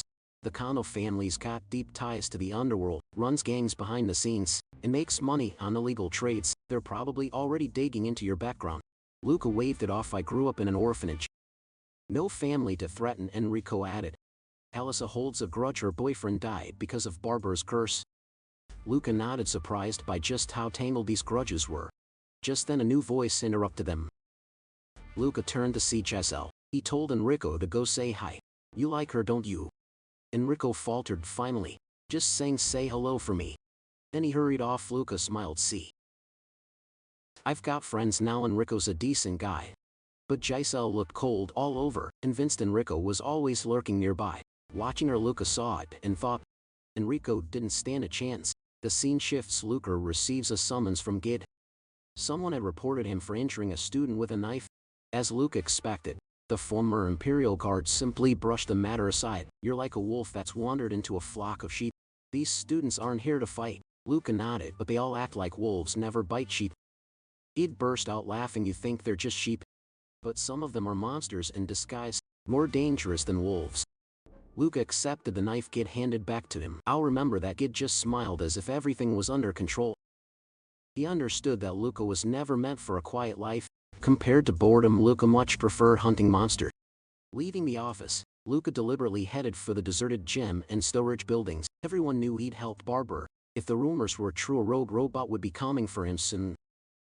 Luca stopped in the middle of a grove. 3 figures emerged surrounding him. You're Luca, right? Judging by their looks, Luca pegged them as academy thugs. Gallus sent a message. The Kano family always gets payback. You wouldn't run whining to a teacher just because some regular students rough you up, would you? You're a guard cadet. After all, the 3 sneered. This is your last chance, transfer student. Go kneel and apologize to Callus. She says she'll let you off if you do. But Luca wasn't afraid at all.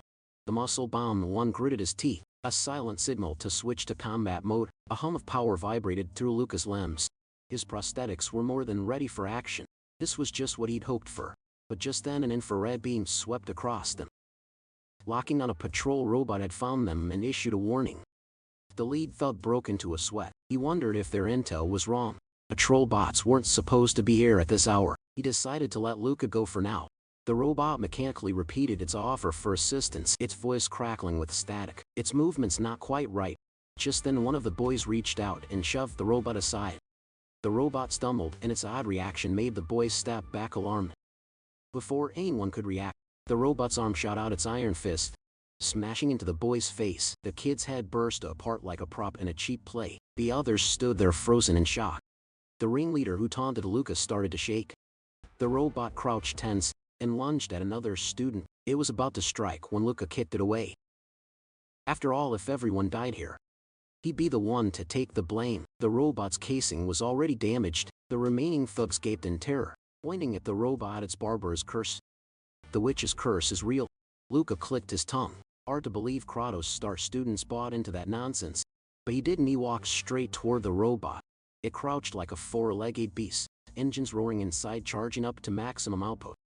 Though it couldn't hold that for long, Luca realized this wasn't a no-mal malfunction. Someone had deliberately triggered the rampage. He took a deep breath, anticipation rising. The robot suddenly lunged at him, and Luca barely dodged the claws. Even berserk, the robot was fast. Its movements loaded with advanced combat routines. If those claws caught someone, a hospital stay was guaranteed. But this level was nowhere near enough for Luca. He wanted more, needed the rush. After a few evasions, Luca kicked the robot flying. He noticed the spot wasn't like the usual patrol drones. Luca reached behind him to the robot. It looked like he was drawing a gun. It immediately charged, but his hand was empty. He just tossed his knife into the air. The robot reflexively looked up, trying to identify the object. A series of feints, all designed to overload its processing. The more unpredictable the moves, the harder it was for the robot to read his intent. The bot hesitated for just a split second, but that was all Luca needed. He'd already moved behind it. With a swift motion, he wrenched the bot's arm backward until it snapped, joints and fragments scattered everywhere. The thugs recoiled in horror. The robot crackled with static. Need help, need help. A cold smile tugged at Luca's lips. This wasn't enough, not nearly enough to satisfy him. When his gaze fell on the thugs, they immediately turned and ran. Just then the campus security team's hover car wailed overhead, a spotlight pinning Luca in its glare. The scene shifts to the next day. After the incident, the campus security team asked Luca to assist with the investigation. Investigator Jillian wanted Luca's help in catching the criminal hiding among the nobles. Luca pointed out that commoners could be suspects too, but Jillian dismissed the idea. No commoner could breach the firewalls and access the academy's internet. Just as Luca was about to refuse, Jillian brought up his training in Assyrian combat arts, something his own people lacked. Luca was taken aback. He hadn't expected his file to mention that he was studying Assyrian. Jillian noticed his reaction and smiled. He offered to share something interesting. Users of Aces are always placed on a special watch list, though only those like Luca who train formally, not street brawlers. If Luca was curious, he could ask his Aces instructor for more. At that moment a voice interrupted their conversation. Giselle stormed up to Luca, looking ready to slap him. Didn't I tell you to stay away from Barber? Luca just shrugged it off. I just can't stand a crowd picking on one person. During this, Giselle realized Luca was determined to get involved, and wasn't afraid of Callus's retaliation. In fact, almost seemed to welcome it. After a moment's thought, she said, I'll talk to Callus if I ask. She should back down. Luca was surprised. He didn't understand why Giselle would take the initiative, but judging by his observations, it was obvious there was some connection between Giselle and Callus, and Giselle was confident she could control her. Luca agreed to the plan, which even caught Giselle off guard. Then let's go see Callus right now. I don't want my superiors breathing down my neck either. Luca only agreed because he wanted to confirm a few things for himself. Cut to the next scene. Callus confessed to Luca that she targeted Barber because Barber had killed her boyfriend, but Luca doubted it. Callus didn't seem like someone who'd fight over something like that. Are you sure you didn't deliberately set your boyfriend up to be Barber's problem? He pulled up a projection. If you don't like something, you send someone to make trouble for me. Why would I refuse just like you did before? You don't actually care about justice, you just want an excuse to torment Barber. Luca's provocation completely infuriated Callus. She slammed the table shouting, You bastard! Giselle signaled her to calm down. Callus wanted to argue further. Are you ignoring me now? But under Giselle's cold stare, she fell silent, unable to meet her gaze. Giselle then motioned for Luca to leave. Their dynamic was exactly as Luca had guessed, clear-cut and cold, but that only raised more questions. Why didn't Giselle put a stop to Callus's bully? With only 2 months left at the academy, investigator Jillian's job really was tough. He couldn't just interrogate privileged students. Not long after, Giselle found Luca in the hallway. I've taken care of this for now, so don't cause any more trouble, and stay away from Barber. That death happened because you ignored my warning. Luca gave a meaningful smile. I heard only nobles can control the robots, so I wanted to test the water. After all, Callus is one of Barber's main tormentors. Giselle cut him off immediately. Drop the detective act. The investigator won't lay a finger on a noble. Are you mocking me? Luca stared at her. I'm just stating facts, by the way. Callus seems to do exactly what you say. Giselle turned away. Family influence matters. Callus is in no position to go against me. That's also you're the one who set Callus on Barber. Giselle's pupils trembled ever so slightly. Before she could react, Luca pressed on. Callus needed an excuse to go after Barber, and you gave it to her suddenly. Giselle grabbed Luca by the collar, furious. Are you paranoid? I heard high-end prosthetics can cause abnormal brain function, neural overload, insanity. Maybe get your head checked while you're at it. After those angry words, Giselle quickly realized she'd lost her composure and left with a cold warning for Luca not to stir up more trouble. But in Luca's mind, Giselle was now the most suspicious person here.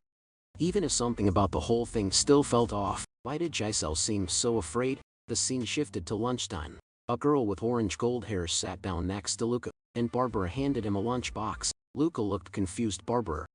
Thank you, but what's this for? Barber looked shy. You helped me and maybe got caught up in a robot attack because of it. I'm just glad you're okay while you're here. Can I make lunch for you? Luca thanked her, but politely turned it down. He didn't want to invite rumors. Barber hesitated. I don't mind what people think. Luca started to wonder if Barbara might like him. If she did, things could get complicated. So he asked her directly, you know, being around me could trigger another robot incident. Why keep approaching me? Do you want me to get attacked? Barbara faltered. I don't know why it happens. Luca tried to read her, thinking he should push her a bit. The reason Callus keeps harassing you is that Giselle is pulling the strings. As long as Giselle can't get what she wants, she'll never let up. But Barbara's reaction shocked him. She already knew Luca had misread her. Do you know why Giselle hates you too? Barbara looked up and smiled faintly. In that instant, Luca felt a chill race down his spine. Luca, why should I tell you? Gid's words echoed in Luca's mind. Some of these people are monsters in sheep's clothing, more dangerous than wolves. He'd never imagined that the real monster would be the one person no one ever noticed. Barber. 2 days later, Luca reported his findings to Jillian. Alice had deliberately pushed her boyfriend toward Barber just to find an excuse to torment her. Jillian agreed. Looks like bringing you in was the right call. Luca then asked, are you able to keep investigating? Jillian shrugged. I can handle 1 or 2 suspects. But if I arrest the wrong person, I can't take the fall. Luca was surprised by Jillian's sense of responsibility. Didn't expect you to be so conscientious. Jillian laughed and shook his head. I'm just interested in putting away the one who thinks they can slip through the cracks. Next, Luca asked if Jillian had looked into Barbara.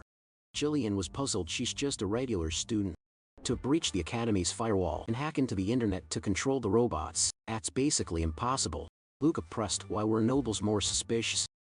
Jillian explained that they could tamper with the robots during manufacture or distribution, and they had the wealth and influence to buy people off. And Jillian recalled Barbara's sponsor is the Costoria family. After sharing information, Luca ended the call. He couldn't shake the feeling that everything was connected somehow, yet the threads all seemed to have come loose. He leaned back in his chair, staring at the ceiling. The most direct solution would be interrogation. None of them had been trained to withstand torture, but that was out of the question. He'd have to find another way. For the first time, Lucas sought out Yahello. He found her practicing integrated mechanics. All the students were focused on their work. Even the nobles weren't just coasting on their backgrounds, they worked hard too. Yahello stood at her workstation, deftly handling tools with one hand. Clearly, she hadn't gotten into Cardia Academy just by relying on her family. Yahello was puzzled by Luca's visit. What do you want? She asked. Pausing for a drink. Missed you. Luca joked with a crooked smile. Yahello merely spat out her water. Are you crazy? She shot him a look filled with both hostility and disdain. Get to the point, I'm busy. Luca glanced around. Only the two of them remained in the lounge. From now on, I want you to stop lying to me. No more holding back. Yahello bristled at his interrogative tone. I officially accepted the campus security team's request. I'm a soldier, I follow orders. The Imperial Guard asked me to cooperate, so I have no choice. The mention of the Imperial Guard silenced Yahello. I hate to say it, but let me remind you. I'm the Imperial Guard captain's daughter. It was a naked display of status, but Luca wasn't fazed. Are you trying to drive Barbara out? Is that why you're targeting her? I found out the Costoria family is Barbara's sponsor. Yahello's emotions flared. You know, I was the second victim of the curse, right? Isn't that reason enough to hate Barbara? We used to be friends, but Luca thought, if they really were friends, how could things have soured so completely over this? Yahello prepared to leave, clearly still hiding something. The campus security team suspected the robot rampages were orchestrated. Motive-wise, you were the top suspect. Yahello snapped back, furious. You think I did it? I'm a victim of Barbara's curse myself. Criminals often hide as victims. You're from the Costoria family. You're training to be an engineer. You understand robot systems, and you have the skills to control AI. At that, Yahello turned away. Done with the conversation. She wished Luca would just stay out of it, but Luca didn't truly believe it was her. He just hoped she'd come clean with everything she knew. His instincts told him the answer was right in front of him. Just then the lounge door opened. Luca fell silent. Barbara stood in the doorway, holding a lunchbox. Luca, I've been looking for you. You weren't in your usual spot. Barbara's beaming smile felt like mockery to Luca. He wondered how she'd found him. If he'd been tailed, he should have noticed. He missed something. Why did Barbara always look so helpless? Yet in front of Yahello, who was really pulling the strings. Luca fought the urge to lock the door. If he had 10 minutes alone, he could get the truth out of Barbara. He struggled to suppress the impulse to grab her by the back of the neck. Enough with the act, Barbara. You're really starting to get on my nerves. Barbara's eyes widened in shock, tears glimmering. Luca, why would you say that? I like you. And you saved me. If there's been a misunderstanding, we can talk it out. Luca just felt sick. He hurled his chair at her. Yahello gestured for Luca to calm down. Up until now, this was all just a way to kill time. But from now on, I'm serious. Barbara, do you think I'm an idiot? Barbara covered her face, making it impossible to tell if she was frightened or thrilled. She cocked her head at them, forcing a smile. I really don't know what you're talking about. Yahello's face froze, shoulders trembling, fear winding around her like a snake. Barbara skipped over to the tense Yahello, looking for all the world like a carefree little girl. She stopped at the table and set down the food. I'll just leave your lunch here, enjoy. With that, she turned and left, humming a tune all the while. Yahello was still paralyzed by fear. Barbara brushed her hand lightly across Yahello's knuckles. Yahello, it was nice seeing you. Goodbye. In that moment, Yahello was like a lamb awaiting slaughter, and Barbara the monster from the abyss. Under Luca's watchful gaze, Barbara hummed her way out the door. The lounge fell silent again. Yahello slumped to the floor, drained. Luca couldn't believe it. Miss Costoria, daughter of the Imperial Guard captain, reduced to this. So the real mastermind, the innocents and their tangled relationships. Luca called Yahello's name. She covered her face. Don't ask anything else. Just get through this time quietly, then leave the academy please Luca. There was no hostility or closeness in her voice now, only a simple heartfelt plea. A few days later the scene shifts again. Since the incident Giselle had been avoiding Luca. That day Luca reported the whole truth to Al. Things were spiraling out of control, but Al's response caught Luca off guard. He gave Luca full authority to handle the situation himself. Luca was confused. If the guard intervened officially, the truth would be uncovered in no time, but Al only wanted to intervene indirectly, using Luca as his proxy, choosing instead to wait and see. In this case involved the guard captain's own daughter. A picture formed in Luca's mind, someone pulling the strings from behind the scenes, and he was just a piece on the chessboard. Such was a soldier's fate, but he was angry about it. Sure enough, Giselle still wouldn't answer his calls. Barbara's curse, the gnawing sense that all this was Barbara's own performance. As Jillian had said, it was nearly impossible for someone of Barbara's background to control the robots alone. Luca's mind raced, piecing together fragments from every angle, testing every possibility, filtering out the most logical hypothesis. After countless iterations, the tangled clues finally began to unravel. In the end, only one answer remained. Giselle and Barbara had worked together to cause the robot rampages, but first Luca had to find Giselle. He contacted Enrico. Could you put in a good word for me with Giselle? Enrico smiled nervously. Of course. Soon Enrico managed to get Giselle to meet. Hi. I like you, Miss Giselle. Giselle frowned. Let me be clear. I'm not interested in you. In fact, your presence makes me uncomfortable. Please don't show up around me again. Enrico was stunned, then ran out of the garden in tears. Luca hadn't expected Giselle to be so ruthless. If Enrico ever needs my help in the future, I won't turn my back on him. I do have some conscience. After all, Giselle started to leave the garden as Enrico disappeared. Luca stepped out. Giselle scowled the instant she saw him. Immediately realizing this was all Luca's doing, she couldn't stand the harassment and was about to go to her father. But Luke's next words hit her like a blow. He'd already told the guard captain everything. You actually told my father. Giselle's reaction was even more intense than he'd expected. She spun in circles, flustered and panicked. Clearly her fear of Barbara had long since taken root. Giselle rushed up and grabbed Luca by the collar. Everything I worked for, you've ruined it. If you'd never shown up, none of this would have happened. This is all your fault. Lucas signaled her to calm down. Tell me everything you know and I'll help you. Giselle hung her head in defeat. This is a family matter. You're just a student. Don't get involved. What if I became part of the Costoria family? Giselle looked up, eyes brimming with tears. What did you just say? I'm just a guard cadet. But it's strange, isn't it? Someone like you coming to me for help. I'm considered a rare talent among the students, and I've recently received a medal for merit. The guard captain values me highly. If I'm adopted into the Costoria family, my status won't be low. Whatever you're facing, I'll support you. Solving this will only help my chances of becoming the captain's adopted son. With shared interests, we can trust each other. Giselle was so agitated she could barely breathe, her body trembling with nerves, nearly unable to stand. After a long hesitation, she finally spoke. I was the one who controlled the patrol robots. Barbara's curse, I created it.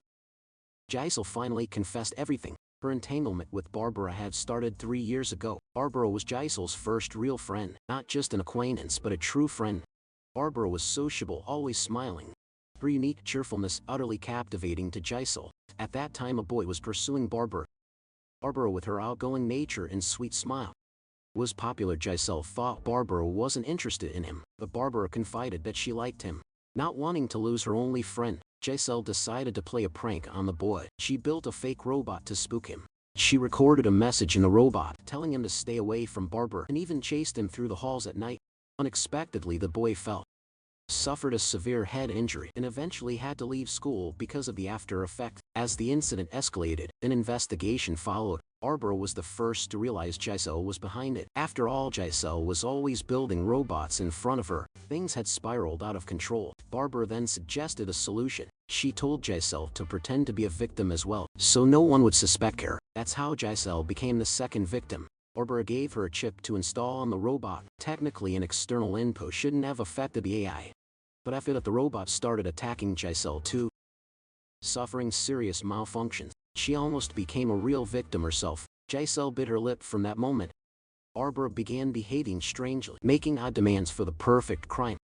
Giselle was told she had to isolate Barbara from everyone at school, and was instructed to regularly create new victims. Seen from the outside, Giselle had fallen into Barbara's trap. Barbara deliberately led her on, turning a situation that could have ended peacefully into one that left Giselle utterly at her mercy. Just then Giselle's terminal crackled with static. Despite its high security, it had been hacked. Our secret. You told him, traitor Giselle. But my darling Giselle. Luca pricked up his ears. It wasn't just the voice from the terminal, there was also the faint whir of rotors outside. Every instinct and sense screamed at him, they had to leave immediately. Suddenly a gunshot rang out. Luca grabbed Giselle, rolling with her behind the nearest stone pillar.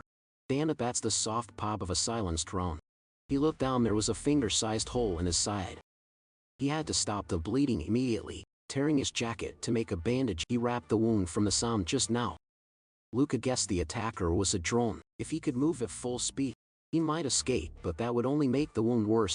He had nothing left but a small knife with a silencer. No one nearby seemed to notice the shots. Now escape was up to him alone. I'm going to break that bastard's nose. Damn it, only then did Giselle snap back to her senses. You're hurt. Does getting shot not hurt for the guard? Luca was caught off guard, a beat too slow. She really was panicking. Then the drone opened fire again, raking them with bullets, but Luca couldn't return fire, since he still couldn't pinpoint the drone's location. At that moment he noticed Giselle's makeup. Most girls carried a compact mirror. He asked if she had one. Luckily, he guessed right using the mirror. Luca caught the reflection, finally spotting the drone, that black, almost invisible in the night. He spun out from behind the marble pillar, using the torque to hurl his knife like a throwing blade. A flash of silver streaked through the dark. The knife flew like a missile, striking the drone dead on. It tumbled out of the sky like a wounded bird, spraying gunfire wildly as it fell. Luke had ducked behind another column. He hadn't expected his own equipment to malfunction. His screen flickered, then flashed an error. He turned to Giselle. Her device was failing too. Both network and communications dead. Then static erupted from Giselle's terminal. Giselle, I wanted to protect you. Why did you betray me and Luca? I like you, so I hope you'll despise me even more. Luca snatched the terminal from her, crushing it in his fist. The pieces fell from his hand like dust. No need to listen to a lunatic's ramblings. He said nothing more. After all, Giselle was the guard captain's daughter, and he was just a commoner. He couldn't afford to say too much. Someone far above was pulling the strings. Luca decided to get Giselle out and find somewhere safe, but as soon as they reached the garden entrance, he spotted a familiar figure. Felix. Was this an order from above? Felix nodded. Looks like you're getting special treatment again. I didn't get a whiff of this operation beforehand. Giselle could hardly accept it. So this is all my father's doing. For Luca and Felix as soldiers, being used up like pawns was nothing new, but for Giselle, realizing even her own father saw her as expendable, it was enough to break anyone. Her reaction was only natural. Meanwhile, Felix noticed Luca's wound. Luca managed a bitter smile. If he didn't get treatment soon, he'd be a corpse by morning.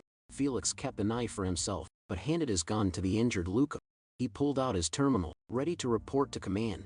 At that moment a bullet shattered Felix's terminal, cutting off their communication, and took his right hand with it. Seeing this, the three immediately split up, pressing against the garden wall for cover.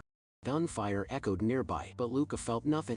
The drone so advanced that even Imperial Guard trainees couldn't sense it. Barbara's skills weren't nearly enough to build something like that, which meant this wasn't Barbara's doing. Just then a mechanical voice rang out. If I'd aimed for your heads, you'd all be dead already. Luca and Felix exchanged quick hand signals, shifting their plan instantly. While Luca talked to the attacker, Felix slipped silently around behind. The ambush was set in seconds. Felix took off his shoes, moving soundlessly. You know who we are and still want to chat? The attacker laughed. Of course. You're those adorable guard cadets, aren't you? Enough talk. Hand over Giselle Custoria. You're soldiers, you know what I mean. The words sent a chill down Luca's spine. The attacker had already sensed Felix flanking him. Luca was about to provide cover, but heard the crack of splintering bone. The enemy had Felix by the throat, outfitted in a combat suit with active camouflage. No wonder they hadn't sensed him before. Felix was subdued effortlessly. The attacker was at least guard level. This was going to be tricky. Giselle clung tightly to Luca's hand. He shook her off at once. When I move, run for your life, don't look back. I'll hold him off as long as I can. She started to protest, but Luca clamped a hand over her mouth. No time for arguments, just do as I say. As soon as Giselle started running, Luca hurled himself out, firing at the enemy. He was fast, but his bullets were still too slow. The attacker fixed his gaze on Luca. I have no desire to kill two juniors in one night. Junior, the word threw Luca for a split second. The next instant the enemy was behind him. Luca crossed his arms to block a kick, so he was a former Imperial Guard. No wonder his fighting style was so sharp. In a life-or-death fight like this, it was pathetic that his mind could still wander. The enemy clearly wanted to take Luca out first, believing Yahello would be easy to catch afterward. Instinct screamed at Luca, fight head-on and he'd die for sure. He had to find another way. Ace's combat was all about extreme, almost self-destructive analysis and perception, expanding the senses, mastering every detail of the battlefield. Luca's movements wasted not a single motion. He spotted Felix's fallen sword, then flung his pistol like a boomerang behind him. The ricochet knocked the sword toward him. Luca snatched it out of the air and slashed at the enemy. The attacker cried out, "You're an ace's fighter. Aren't you?" Luca's brow furrowed. How did he know as Luca landed? The man swung his blade in a heavy arc. Luca barely blocked with his sword, but his lower body was left wide open. He realized the man was pulling his punches. If he wanted Luca dead, it would be over already. The man admired Luca's ace's technique. Stand down, kid. I don't want to kill you. If you knew who I was, your superiors wouldn't give you a hard time. The guard doesn't want to waste your lives. Luca had a good idea who he was facing now. Anti-Empire terrorists. Luca drew a deep breath. This might be my last. But the enemy's taunting gave him time to think. His injuries, the man's identity. The way he fought, none of it mattered now. From this moment on, he was nothing but a blade. There were only two outcomes, either he broke or before he broke, he'd see the enemy fall. Luca gripped the sword with both hands and brought it down with all his strength, but the man slipped aside with ease. For someone your age to use a scythe at this level and still willing to die for the Empire, the sheer speed made Luca's body twist in agony, blood spilling from his side anew, but he was still too slow for the enemy. You think I can't kill you? Luca's body was already at its limit. He could only use the sword to prop himself up. The Empire is what it is, but your attitude is insufferable. The man shrugged then laughed. I like your rebellious street, kid. You really are closer to our side. My name is Rick Kaiser. I'm a Republican. To Luca, all Republicans were terrorists. Sorry, unless you stop barking like a dog, I can't understand a word you say. Rick didn't answer. He seemed annoyed. Maybe more than annoyed. With a small hop, he vanished from Luca's sight. Instinctively, Luca shielded his chest, but his prosthetic arm couldn't take the force. A stone of flying metal in fragments. Luca caught a glimpse of a fist shaped like an owl. Everything slowed to a crawl. He tried to kick out, but Rick tore his leg clean off. One-handed, Rick lifted Luca by the throat. This is your last chance, beg for your life. If you do, I'll let you live. Luca forced a grin, then curled his lips and spat in Rick's face. I like your spirit. If you survive this, give my regards to Caninian. With that, Rick's grip tightened. The last thing Luca heard that day was the sound of his own neck snapping. For most organic humans, a broken neck meant certain death. Felix managed to choke out a sound. Luca, it hurts, idiot. Turn your head and it'll hurt even more. Luca looked at Felix and gave a weak smile. There was no hope for Felix now. His brain was too badly damaged. The time spent with a broken neck was just too long. Luca, on the other hand, was luckier. It was said that 4 guards and Yahello arrived not long after the attack and managed to save him in time, preventing brain damage. Without that intervention, he probably wouldn't have survived. At that moment, the door opened. Captain Al of the guard entered the room. Strictly speaking, he was here for Luca. Felix was beyond communication now. The captain sat down, glancing at Felix with a complicated expression. Felix had done his duty before making his formal report. Luca made sure to mention Felix first, then he recounted the events orally to the captain. After hearing Luca out, the captain told him there was no need to file a written report. Rick Kaiser, real name, Rick Hill VMNZ. He's one of the Empire's most wanted. This was the first time Luca had heard that name. Not every wanted criminal was made public, especially those involved in the Empire's dirty secrets. The word startled Luca. The Empire's dirty secrets. Weren't empires supposed to be flawless? Hearing that phrase from the captain himself was a shock. Alla continued, explaining that Luca now had the clearance to know Operation Juliet. It's a plan that's been in motion for 5 years, aiming to infiltrate the command structure of the anti-Empire terrorist group Nemesis. Luca was puzzled. Infiltrate? Not eliminate. The captain slid a terminal across the table to him. No matter how many branches we cut off, the enemy grows elsewhere. If we can't root them out completely, everything is just talk. Luca pressed on. Since Rick got away, does that mean this operation was a failure? The captain's wrinkles deepened. No, in fact, this was a huge success. We managed to plant one of our own at the heart of Nemesis. Luca didn't quite get it. Barbara is our asset. Nemesis picked her precisely for her exceptional hacking skills. We did a lot to make them trust her, and that effort paid off. I just didn't expect her to go quite so mad. Luca gripped the bed rail tightly. How many people had Command lied to and manipulated for this operation? Including Yahello, the captain's own daughter, tormented by Barbara, all unwitting. Were they really just pawns to be moved at will? Luca couldn't help but ask, did Yahello know any of this? The question gave away his emotions at once. She knows nothing, and it's best if she never does. Do you know why I'm telling you this? The captain narrowed his eyes. Luca's heart skipped a beat. Elimination. That was the first word to flash through his mind. No matter how hard I work, in the end I'm just a disposable grunt. Especially someone like me with no background. Easier still to get rid of. Just then Allah slid an electronic file across the table. Luca's tension eased into a wry smile. It was adoption paperwork, already signed by Captain Alec Costoria himself. Only Luca's name was missing. Welcome to the Costoria family. Scene shift. Months later, a robot was removing the external spine from Luca's back. One by one, bloody screws dropped into the tray. He'd almost spent his whole life with that spinal prosthesis. Luca got up and put on his academy jacket. Felix was still lying in bed. That brace in place. He called Luca's name. Waste then and ragged. You're leaving. Luca nodded. It's time. Felix mustered his strength. May your future be full of luck. Luca nodded again. He still had to keep moving forward. Felix's story ended here. That's all there was to it. But I'll remember Felix and all the others who have gone before. Scene change. Imperial Guard Training Center. Luca walked the corridor deep in thought. He flipped through the Empire's newly updated list of wanted criminals. Arbor's name was right there at the top. It was a carefully orchestrated espionage mission by the Empire, designed to infiltrate Nemesis. Arbor's personality still made Luca's heart race. He didn't think it was all just an act. That girl was truly warped. But even that scene tailored for the mission by the Empire. Everything felt scripted back at the Academy. I was really just following the path laid out by my superiors, and I naively thought it was my own choice. The more I learned, the deeper the Empire's secrets run. Even my meeting with Kaninian, my training in Ace's combat, maybe they were all part of the plan. Thoughts turned in Luca's mind. In the end, he forced himself to calm down. That's enough, Luca reminded himself. Not to spiral like those who let their anxiety take over.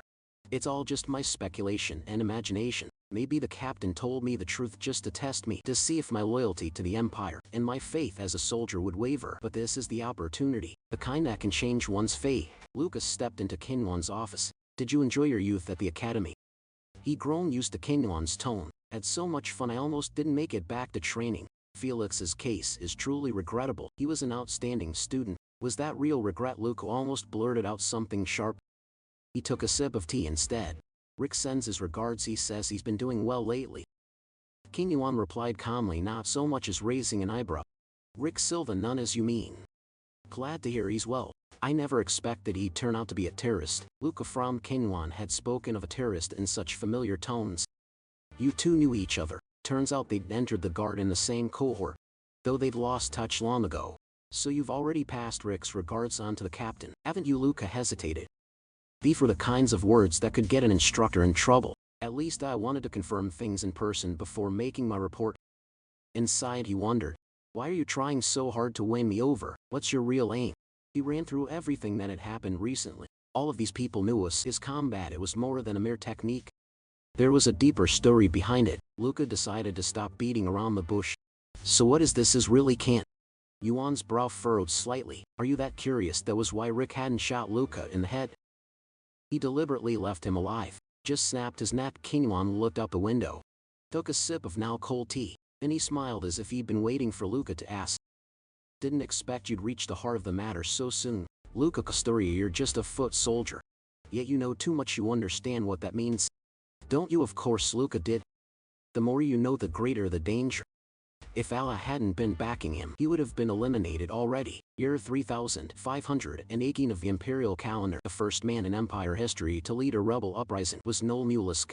He was the rebel leader and also the founder of ACIS, the one who set forth the original tactical theory.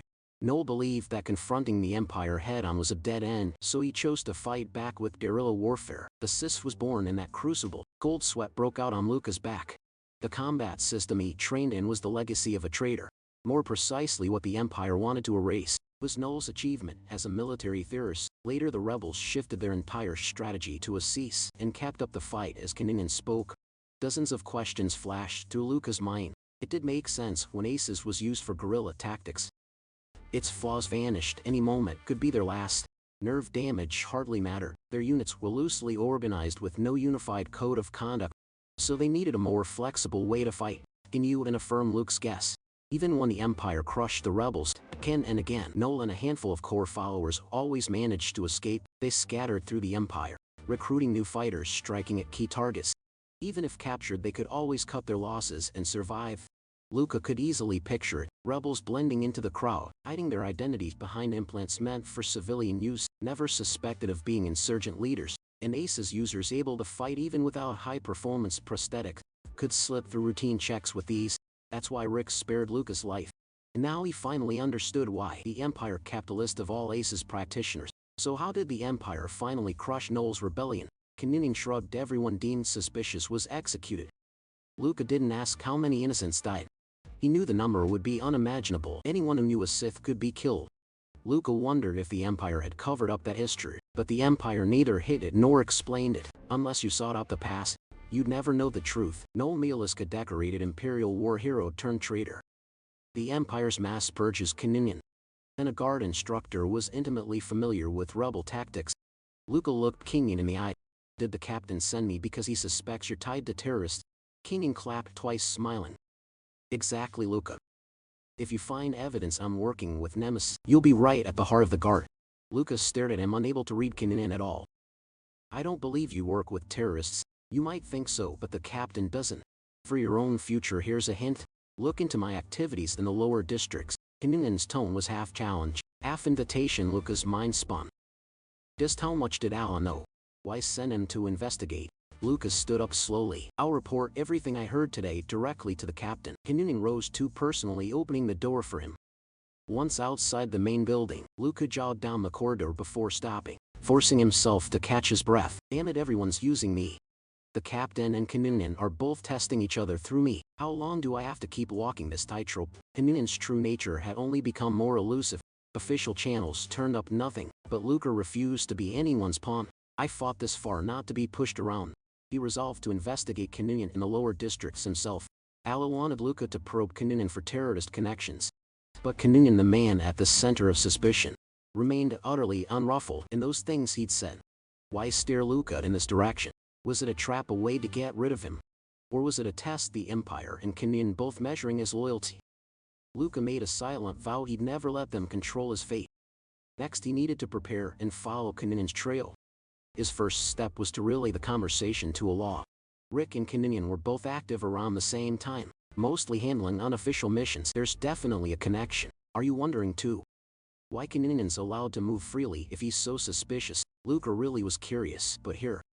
Survival came first. If there are things I'm not meant to know, I'll pretend I never heard them. Allah crossed his arms, closed his eyes, then leaned back and looked at Luca. I've decided to trust you, Luca. This order to investigate Kinyan actually came from higher up than the guard. The powers that be believed that Kinyan might be a way to get close to Nemesis's leadership. Luca was baffled. Why put someone so dangerous in such a key teaching role? If we didn't, he'd just vanish. Of course, he'd never be allowed to leave the guard alive. Besides, he really is an excellent instructor. Luca swallowed hard. I've spent a long time at his side, but honestly, I've never found a single flaw. He's disciplined to the core, never letting his true feelings slip. Allah signaled for Luca to go all out. He was the only one for the job. Over the years, many trainees had passed through Kinyan's hands, but none had gotten as close as Luca. Seems even Kinyan himself values you. Luca mulled the captain's words over and over. There was no way out of this game now. I'll need higher level clearance than a regular cadet, access to restricted databases, and some investigation funds. The scene shifts 3 days later. Luca boarded the Custoria family's aircar. After his adoption paperwork was approved, Allah brought him home to meet the family. Allah asked lightly if Luca was nervous. Luca admitted it, pretending not to be. Would be a lie. My hands are actually shaking a little. After Luca made his requests, he was granted a pass to travel freely between the upper and lower districts, authorization to carry personal weapons and investigation funds, and access to higher level databases. He didn't ask for more. He knew he wasn't qualified yet. But these resources could be exhausted at any time, so he had to give it his all. He was a soldier. He'd rather die on the battlefield than fall victim to some underwater conspiracy, especially now that he knew more than he should. Even Allah couldn't help if the mission was cancelled. He didn't know how many people, Luca included, would have to be handled, but Allah reassured him, don't worry too much. As long as things were within his authority, he'd help Luca as much as possible. That was why he wanted Luca to join the Castoria family, and that decision meant Luca was putting his fate in Allah's hands. I don't really like all these formalities either, but now that you're family, we should at least say hello. If you can tell me how I should act in front of the other family members, I'll do whatever you suggest. The captain listened, then gave her a right, interested smile stroking his chin. He thought for a moment and said, just act like you always do. It'll be a breath of fresh air for the kids. Luca couldn't read Allah's intentions, but if he wanted protection, he had to play by his rules, even if those rules were a headache. Time passed and the air car hovered over the estate. Allah gazed out the window. I grew up here, but I'm not that attached to it. The Castoria mansion sits on the outskirts of Obrin. The capital. All around is an oppressive red wasteland. Only inside the estate are there plants and water. An oasis in the desert. The air car stabilizers made precise adjustments as they landed. It was Luca's first time stepping into a noble's residence. Scene shift. Luca found himself in his room. Allah told him to rest for now. They'd handle things together later. Everyone was trying to curry favor with Al. The people here all spoke in polite formality. Luca was already feeling tired. The social dynamics here weren't much different from the lower districts. Is this really the life I want? Just then someone knocked at Luca's door. A familiar girl walked in. So you really did become a member of the Castoria family? It was Giselle. Her deep blue hair was tied back, and whenever it swayed it was like watching the night sky ripple. I want to apologize for my behavior before. I was too emotional. Someone from the Castoria family shouldn't have lost control like that. Luca didn't mind. It's no mouth to panic in a situation like that. Don't worry about it. Giselle gave a wry smile. I also went to see Felix. He didn't recognize me. Giselle seemed to blame herself for Felix's condition. You can thank her, but there's no need for guilt. Felix was just doing their guard duty. Luca wasn't trying to comfort her, just stating the facts. He was never the sentimental type. Giselle bit her lip. I know what you're like. Like a blue flame, calm on the outside, but burning even hotter than red inside. Luca could feel something had changed in Giselle. That defensive edge had softened. After all, he'd risked his life to save her. Then Giselle stopped him again. Do you remember what you said? That if you became a Castoria, you'd support me? Luca nodded. It wasn't a lie, he meant it. Other than the captain, you're the only one I've ever had a real conversation with. As a member of the Castoria family, I think you're someone worth negotiating with. That's the spirit of a true imperial noble, knowing how to fight for her own interests. Giselle walked to the desk, connecting her terminal to the holographic projector. The ones you really need to watch out for are my two older brothers, the first and second sons. Your appearance has them both on edge. Luca was puzzled. I'm just an adopted son. Giselle shook her head. Right now, you're the only one among father-children with elite military potential. Even without blood ties, your status is enough to make them worry. The Castorias are a famous military family. After all, Luca finally understood their anxiety. They were afraid he'd take their place. So what about you? Don't you want to become head of the family? Giselle was caught off guard. Do you really have no interest in being head? Luca looked her straight in the eye. I don't need to tell you that. Her tone was cool, just like the first time they met. Luca, though, was open. He'd never even thought about being head. For me, the name Castoria is enough. But if anyone tries to step on me, I won't stand by and watch. As for fighting over the family hedge, that's not my concern. If an opportunity comes, take it. That's my advice as a big brother. At first Giselle found the title ridiculous, but then she laughed, and her laugh, so rare, was all the more precious. If that day really comes, would you support me? I promise you, as long as you're not my enemy, I have no reason to hurt or hate you. Hearing that, Giselle reached out her hand. Then I'll count you as my ally. Brother Luca, this will be the first and last time I call you that. Good, because I don't like sappy nicknames either. The antique clock on the wall chimed. It was time for dinner. Today was a special occasion. The family had prepared a formal banquet. Luca had changed into noble attire and appeared in the drawing room. From the seating arrangements, it was easy to see the status of each family member. There was Jupe, the second son of the Castoria family, Nicholas, the eldest, and a lady of the house, Eva. So you're Luca. I've heard quite a bit about you, she said, her tone polite, but with a chill and a sharpness beneath the surface. She motioned for Luca to take his seat. Giselle whispered a warning. Don't let them catch you slipping up. Father himself doesn't care about these little things. The doors opened again and Allah entered. Let's begin. Before eating, there was a prayer. Once Allah finished, the banquet officially began. The clinking of cutlery filled the room, and the atmosphere gradually warmed. As Luca had expected, all eyes were on him. Just minutes before, on the way to the dining hall, Giselle had reminded him to stay on guard. The others might already know everything about him. Nicholas couldn't use high-performance prosthetics, so he'd done into government instead, but with his abilities he still had the bulk of the family behind him. As for Jupe, he wasn't as capable. But as a soldier he believed he had a shot at becoming the next heir. The more conservative relatives supported Jupe. Since Luca was also a soldier, he was naturally seen by Jupe as a rival. That meant Jupe would be watching for any slip in etiquette or background to pick on. In fact, from the moment Luca picked up his silverware, Jupe's gaze never left him. Luca was well versed in the basics of table manners, but he remembered what Allah had said in the air car. Maybe following convention wasn't what Allah truly expected of him. He glanced at Allah beside a note. His father, he supposed. He decided to follow his father's lead. Giselle shot him a nervous look, but Luca simply speared a piece of meat with his fork and took a hearty bite. Sure enough, Jupe jumped it, and immediately, Luca put on an innocent face. Something wrong, Jupe? The meat's delicious. Jupe forced a smile. I feel obliged to remind you about table manners. It's a brother's duty. I don't know what you're used to, but basic manners matter. They reflect on the Custoria name. Jupe was so eager to find fault with Luca that he didn't even notice how artificial the whole scene was. He was clearly nervous. After all, Luca was a decorated soldier. On the other hand, Luca wasn't sure if Nicholas had seen through his act. Maybe Nicholas hoped Luca and Jupe would split the conservative support. Either way, Luca knew that Nicholas was the one to truly watch. Luca cut Jupe off. You served 10 years and never earned a Cross Swords medal. Even as a cadet I've earned a citation. I'd say I bring more honor to the Custoria family than good table manners ever could. A few relatives couldn't help but laugh, quickly covering their mouth. Jupe's face turned bright red, as if he'd been scalded. I may not know much etiquette, but I am very good at war. After all, I trained under the best guard, Captain Luca. Don't tease Jupe. That's enough. Nicholas chimed in at just the right moment, lightly reprimanding Jupe and showing his own magnanimity. Jupe tried to defend himself, but Nicholas cut him off. Our new brother actually has excellent table manners. He was just pretending not to. Luca sat down his utensils properly, cut a piece of meat with perfect form, and ate it with elegance. I studied in advance, but I forgot just now. First time at a table like this.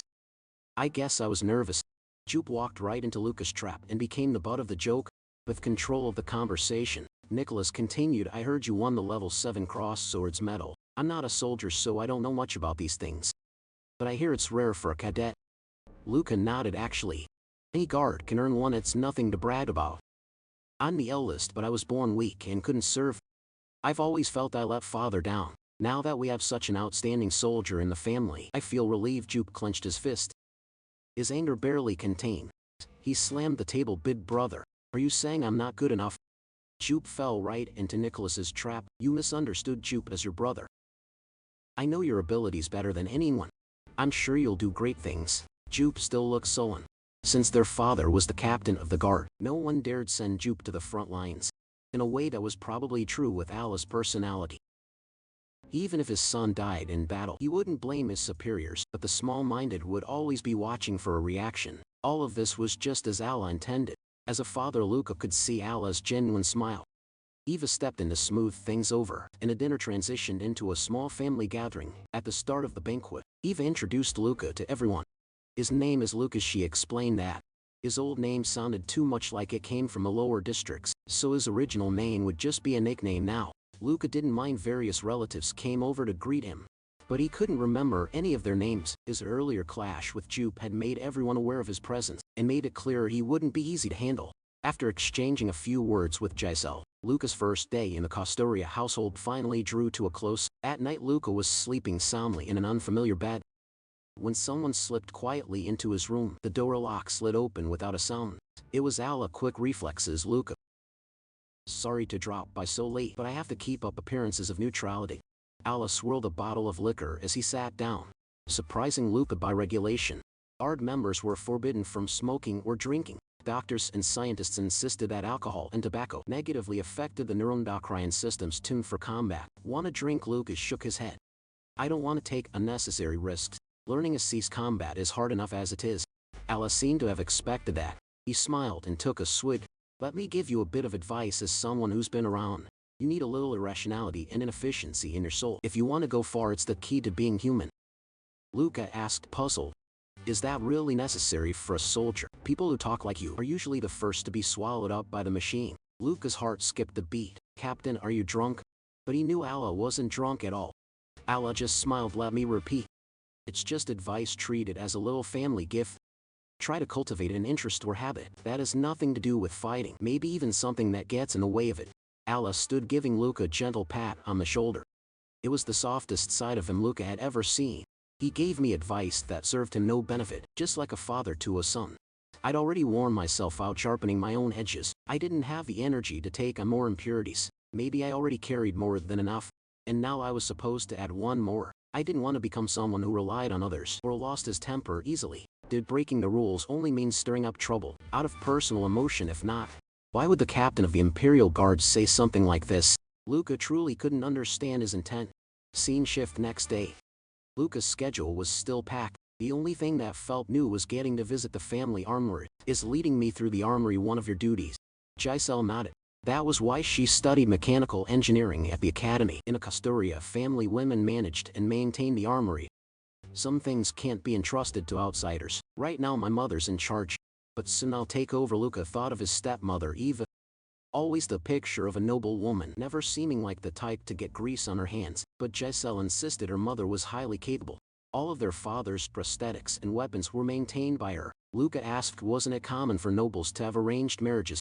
Wouldn't that make things dangerous if the marriage sour? Giselle nodded as if it was only natural. Exactly, that's why my mother manages it. It's a family tradition, a symbol of deep trust. As Giselle spoke, Luca stopped, drawn toward an ancient suit of armor. Giselle tilted her head at him. It was a suit marked here and there with the insignia of old legions. Most striking was the single horn on its head and its asymmetrical arms. The right arm was much thicker than the left, as if built for a special weapon. Giselle stood before the horned armor. This is a piece of our family's history, the full-frame armor suit Sela. It belonged to Agatha, founder of the Castoria family, and it's truly one of a kind.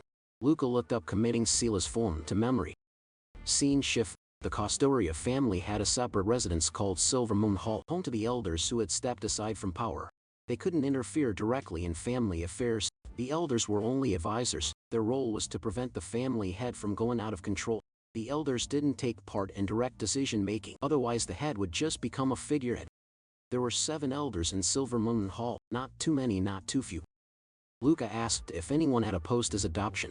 2 opposed, 4 stayed silent, and only 1 voiced support. In this family, silence means acceptance of the head's decision. So the head's proposals almost always pass. Opposition is just a ritual show of concern, not something to worry about. They climbed to the 2nd floor, walked down a long corridor, and entered the innermost room. The first thing that caught Luca's eye was a massive, triangular incense burner. Seated behind it were the elders, half shadow, half smoke. The haze hung like a curtain between the elders and themselves. The atmosphere was solemn and elegant, but the elders' conversation was casual. Allah cleared his throat and the elders fell silent. This is Luca's. Allah introduced him. It was clear Luca still wasn't quite used to the new name. The elders began murmuring, appraising Luca, their voices growing louder. Luca and Allah stood quietly. One elder beckoned him forward, motioning for Luca to approach the incense burner. The elder gestured for him to come closer. Luca stopped before the elder, who reached out and gently touched his cheek. Kid, you must survive this time. To do that you must devour the chaos. Not be devoured by it even if your throat is torn open. You must endure. The elder seemed to be speaking both of Luca's current state and of things he had yet to understand. Luca thought a moment about how to answer. I will, his instincts told him. This was the sole elder who had supported his adoption. Luca walked past the incense burner and returned to Allah's side. Quiet, please. Let's move to the next topic. With that he signaled Luca to withdraw. But as Luca was about to leave, Allah pressed a hand on his shoulder, holding him back. Luca was puzzled. He knows I might be tied to communion, so why allow me to listen in on such an important meeting? The elders murmured among themselves. Since the head has decided, let's continue. And so Luca found himself sitting in on an hour-long meeting between the family head and the elders. As soon as they stepped out the front doors of Silver Moon Hall, Luca turned to Allah and asked, why didn't you let me leave, but had me sit in on the meeting? Luca guessed that neither Nicholas nor Jupe had ever attended an elders' council. You'll have to find the answer for yourself. Allah replied without even looking back. Clearly this was his way of teaching. Kids have to take their lumps. Scene shift to Luca's last morning at the main house. These 3 days had turned out nothing like he'd expected, but at last he was about to say goodbye to this place. He just stepped out of his room. A much smaller figure stood in front of him, pointing a pistol. Dad says kids like you can really dodge bullets. Is that true? Luca knew this face and name well. Nicholas's son, Emilio Costoria. Emilio. You know I'm their uncle, right? I know, but you're just a low-class nobody. Calling him a brat would be generous. Past was more like it. He heard the mechanical click as the gun primed. Then bang, a shot. Luca didn't move a muscle. Even at point-blank range, he'd guessed the kid would miss. Emilio stamped his feet in frustration. Why didn't you dodge? You were supposed to dodge. Luca snatched the gun from him in one swift motion, then kicked him hard, sending him tumbling several meters away. Emilio stared up at Luca from the ground, bewildered. Luca pointed the gun at him coldly. Go tell your father your uncle just tried to kill you. The shot had summoned the servants in a panic. Nicholas came rushing and scooping Emilio into his arms. Emilio clung to Nicholas, sobbing and sniffling. Nicholas fixed Luca with a steely look. What happened? Luca replied coolly. He pointed a gun at an adult, so I taught him a lesson. Better he learns now than later. Nicholas covered his face and sighed, but Luca cut him off. I was already holding back. Anyone else and he'd be dead. That brat doesn't value his life at all. Nicholas handed Emilio off to the nanny and turned to Luca. Could we speak in private? He walked into Luca's room, and Luca followed, closing the door behind them. Nicholas sat down, smiling. All right, Luca. Now everyone outside will think we're at odds. You're worried people will suspect we're secretly working together, so you used your own son as an excuse to meet with me alone.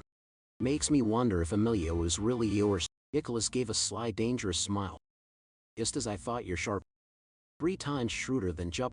He is my son, but if anything happened, I could always have another. Luca moved toward the door, ready to see Nicholas out. I know you've allied with Giselle, but she doesn't know the whole truth. He went on. At this rate, Jup will be the next family head, and if that happens, I probably won't survive. Luca found himself more interested in Nicholas. I'll give you a few minutes. You've probably already figured out what kind of people Jup and I are. Right now you can't see it, but once the competition starts, you'll notice a lot of people suddenly backing Jup. If he becomes the head, I might not live to see it. If I had father's absolute power, none of this would matter. Unfortunately, neither Jup nor I are that kind of man. Luca nodded in agreement, but Jup has no way to stop you. Why do you think he'll win? Someone and an heir with a military background. Others prefer a fool they can manipulate. I'm not their type, and those against our father would rather the next generation be a weak administrator. Luca listened and understood their game. They wanted a puppet at the top, someone they could control. So does that mean the ally I know isn't the real man? He was his family head, so what do you want from me? Nicholas smiled. Simple. Pretend to oppose me that way. You'll boost your own reputation in the family and build up your network. Relatives who want a military leader will flock to your side.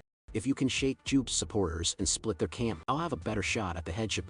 From the moment Luca met him just 2 days ago, Nicholas had already drawn up and set in motion his plan for victory, even if it meant putting his own son at risk. Just as Giselle had said, Nicholas really was a lot like a law. What if I get strong enough to challenge for the head myself? Luca asked as Nicholas paused at the door. If you really meant to do that, you wouldn't be asking me. Even if you did become head, you wouldn't kill me, Lucas. When you run the family, you'll need an advisor like me. You'd know how to use my talents. Luca grinned, no sarcasm. I truly mean it. Back when I was scavenging for scraps, I thought nobles had no worries in the world. Nicholas didn't deny it. Everyone has their own troubles. If you ever need anything, I'll help however I can. After all, I'm a senior government official. Don't worry about Giselle. Even if you support her, she'll never become the head. She's not our opponent, and there's no need to get rid of her. As he left, Nicholas called out loudly, Luke, no matter how talented you are, if you disrespect your elder brothers, you'll never be accepted by the Costoria family. Is acting so good I almost wanted to applaud. 3 days at the main house had felt more like a week to Luca. Going forward, he'd be returning to the Costoria estate often, but mostly in the company of Allah. Nominally this was his home, but Luca already missed the cramped little room at the training center. Allah activated the hollow projector and began working through a backlog of tasks. He barely paused since they got in the car. Luca hadn't expected the captain of the guard to be so busy at the Costoria mansion. He'd done everything he could to live up to Allah's expectation, but now Luca wasn't sure any of that was what he really wanted. Allah, as both father and family head, was nothing like the captain of the guard Luca thought he knew. Luca replayed the past days in his mind, trying not to miss a single detail. Just then he noticed the air car's thrusters shifting beneath them. They were moving in reverse. There was no reason to change course mid-round. Alice shut down all the holo screens. Don't panic, Luca. This is all part of the plan. Right now this air car's probably been hacked. Terrorists will be waiting at the intercept point. Reinforcements will arrive in 10 minutes. We just have to hold out until then. Alla opened the car storage compartment, tossing Luca a pistol and a combat knife. Bailing out wasn't an option. They just become sitting ducks. They had to land safely first. If they happened to land right in the middle of an ambush, things would get complicated. Alla strode calmly to the control panel. Of course the captain of the guard has to know how to do everything. That's what Luca was thinking when Alla, with a single powerful swing, punched straight through the computer display. Catching Luca's stunned expression, Alla grinned. Let me ask you. How do you see this situation? Luca braced himself against the wall and ceiling handles. Mind racing. The answer came instantly. Captain. You're using yourself as bait. Alla nodded. The whole point of this operation was to let Barbara earn Nemesis's trust by orchestrating an attack on the captain of the guard. Luca hadn't expected Barbara to be involved again. Honestly, friend or foe, he wanted to punch her either way. The air car slammed into the ground with a crash, belching thick black smoke. In the next instant the model door was kicked clean off its hinges. Thanks to the energy absorption gels, Luca and Alla emerged unscathed. Luca leapt out the window, quickly scouting the terrain. This wasteland doesn't even have a place to hide. Can we really last 10 minutes? Alla strolled out, giving Luca's shoulder a reassuring pat. As breezy as if you were walking by the sea. A red light flickered at the corner of his eye. His terminal had synced with the satellite link. With satellite support, his system locked onto every Nemesis operative in the area, down to an exact head count. Alla drew his sidearm. Good weather today. Lucky for us, visibility is perfect. He squeezed the trigger as he spoke. The laser pistol began charging, and in the next second a beam lanced westward through the air. Luca was stunned. Alla hadn't taken this risk unprepared. He was only willing to use himself as bait because he knew he could handle any attack alone. Alla kept shooting, perfectly composed. In 12 seconds you'll be able to lock onto the targets too. The distant thuds of explosions and the faint echoes of screams drifted over. Luca understood at once. If you can't see the enemy, you can still deduce their location. He must have called in satellite support. I am the captain of the Imperial Guard. To get at least one military satellite all to myself. It was hard for Luca to believe a single person could wield this much power. Such precision strikes required a military satellite and enormous computational resources. It looked simple, but this was tactical level fire support. So this was the authority of the Empire's chief captain of the guard. Suddenly a bullet zipped toward Luca, grazing the spot where his forehead had just been. The shot came from extreme range, an impossibly accurate sniper. They were here to assassinate the captain of the Imperial Guard, and they'd come ready. Every gun was trained on Allah. Whether the kid beside him lived or died was meaningless to them. Allah grinned, pulling out a spear. Leave the armored troops to me. Just focus on staying alive. Luca retorted, annoyed. Vague orders and half-baked commands are failure of leadership. Allah shrugged, swinging the spear so its tip scraped the ground. Shrieking Luca only by following those terrible orders. Can you move on? This world is full of people without a shred of decency. Luca was left speechless. He could only cover Allah from the rear. The enemy charged like suicide troops, with no care for their own lives. For rebels, these were elite fighters. But as one of the Empire's strongest warriors, even without a battlesuit, Allah was a monster. The majority of attackers rushed at him, and Allah felled each one with a single blow, then cut down 2 more, fighting into the heart of the enemy. Growing more exhilarated with every kill, utterly fearless, Luca had hoped to study Allah's fighting style. But the 4 opponents before him were no pushovers either. They didn't care about friendly fire. Even after being shot, they never stopped attacking. Luca activated aces, predicting their movements, mapping the environment into a 3-dimensional grid. Quickly he took out a machine gunner, then clashed at close quarters with another fighter. A gunman behind them raked the area with fire. Luca locked eyes with another aces practitioner. The man stared right back. Assist really does have deep ties to the terrorists. They can fight me evenly without high-tech gear, but we're not the same at all inside. At that moment Lucas spotted a weakness. In a flash he closed in, grabbing the man's arm. A flash of light, and Luca sliced him in 2. The instant Luca grabbed his arm, the man lost focus on Uzis. A true master would have severed his own limb immediately. As a reflex, Luca glanced at Allah. Surrounded by corpses, 4 had managed to tie Allah up, but he'd already dispatched most of the attackers. For an assassination attempt on the captain of the guard, this was sloppy. Allah warned Luca it wasn't so simple. Rick is definitely lurking out there, waiting for his chance if I get hurt in a crash with his fight. He'll join the fray. That's a golden opportunity for Nemesis. And for us too. Luca suggested, so why not turn the tables and set a trap for Rick? Alla shook his head. Catching Rick would hurt them. But it wouldn't destroy Nemesis. The most important thing today is elevating Barbara's status. If we set a trap for Rick, our infiltrator Barbara might die. And all those years of effort would go to waste. In the eyes of command, both Luca and Rick were just replaceable components. Hearing that, Luca felt a jolt. Even the captain of the guard was just a part to be swapped. In the Empire, is anyone truly irreplaceable? He stopped short, but Alla had already caught his meaning. He raised a finger and pointed upward. There's only one, and you know exactly who. People like Luca and Alla, dozens could die and it wouldn't matter. At most the Empire lost a few bricks from its wall. But if the Emperor died, the Empire would collapse. So men like them were nothing more than pieces. The Empire could move at any time. After Luca became an adopted son of the Castoria family, everyone began to look at him with envy. Some even started trying to curry favor. Luca understood what they were thinking, but it wasn't what he wanted at all. He had gotten close to a law, so he wouldn't have to be under constant surveillance, but now he realized it had all been an illusion. Instead, he was saddled with the extremely dangerous task of investigating King Yuan. He knew joining this family would soon come at a price. For now, all he could do was give everything he had, constantly improving his skills and position. His internship was shortened to just 1 year, and soon he would be heading down to the lower districts. If he could survive, Luca would finally achieve his goal of becoming a full-fledged member of the Imperial Guard. Just as he was about to head back to his quarters, he overheard the nobles discussing Ali. Curious, he stepped closer to listen. From their conversation, he learned that Ali had beaten his own brother so badly the man was nearly crippled. Now the most promising heir of the Kartika family was Ali himself. Luca couldn't smile along with the others. What did he actually do? Ali had never cared about family succession, and his relationship with his brother hadn't been bad. But now Ali had injured his brother, and seemed to be eyeing the position of heir. Luca could more or less guess the reason. Lillian's death had shaken Ali to his core, maybe even changed the course of his life. Luca waited outside Ali's door for half an hour. Soon a familiar figure appeared above him.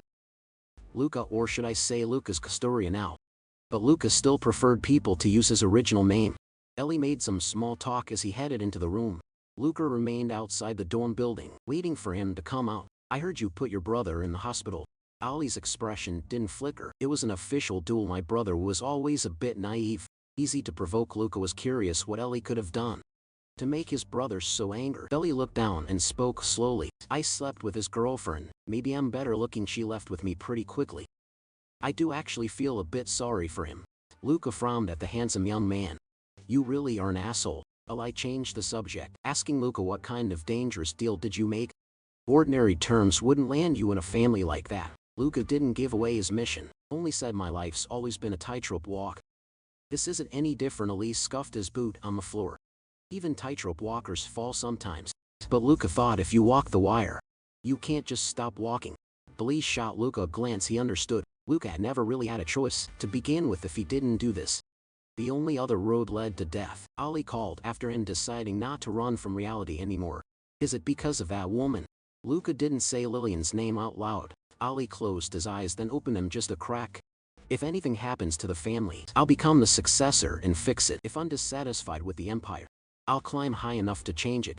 It sounded a little radical, but Luca admired Ali's drive. He believed that with Ali's ability and talent, as long as he gave it his all, he'd succeed. Luca wouldn't stand in his way. After all, he wasn't in a position to give advice to anyone right now. In any case, welcome back. Luca said, if you want to become the family heir, you'll have to work even harder. You too, Ellie shot back. Being adopted into the Castoria family is already a heavy price. Why don't we both work 4 times as hard? That's exactly why we're Imperial Guard cadets in the first place. Luca nodded. For now, all he could do was stay on the wire and keep moving forward. The next day, Ellie proved his resolve with action. He volunteered to lead a team on a mission to eliminate the native creatures of Novus. Meanwhile, Luca arrived at the Imperial workshop. He needed a better weapon. He tested his blade against the training droids. The craftsman grinned and asked how he liked it. Luca affirmed the design, just holding it. I can feel the tension in my grip. It feels good. I just think you could dial down the output a little. The craftsman understood exactly what he meant. The weapon was already perfectly suited to Luca's needs. Luca asked what it was called. The craftsman replied, Cruces. In the old tongue it means calamity and destruction. That gun you used earlier is ruin. meaning to break or shatter. They're both girls, you need to cherish them like lovers. Luca chuckled, holding a weapon in each hand. Never thought my first loves would be a gun and a blade. Guess I'll have to see which one ends up as my true queen. The scene shifts. Luca arrived in the lower districts.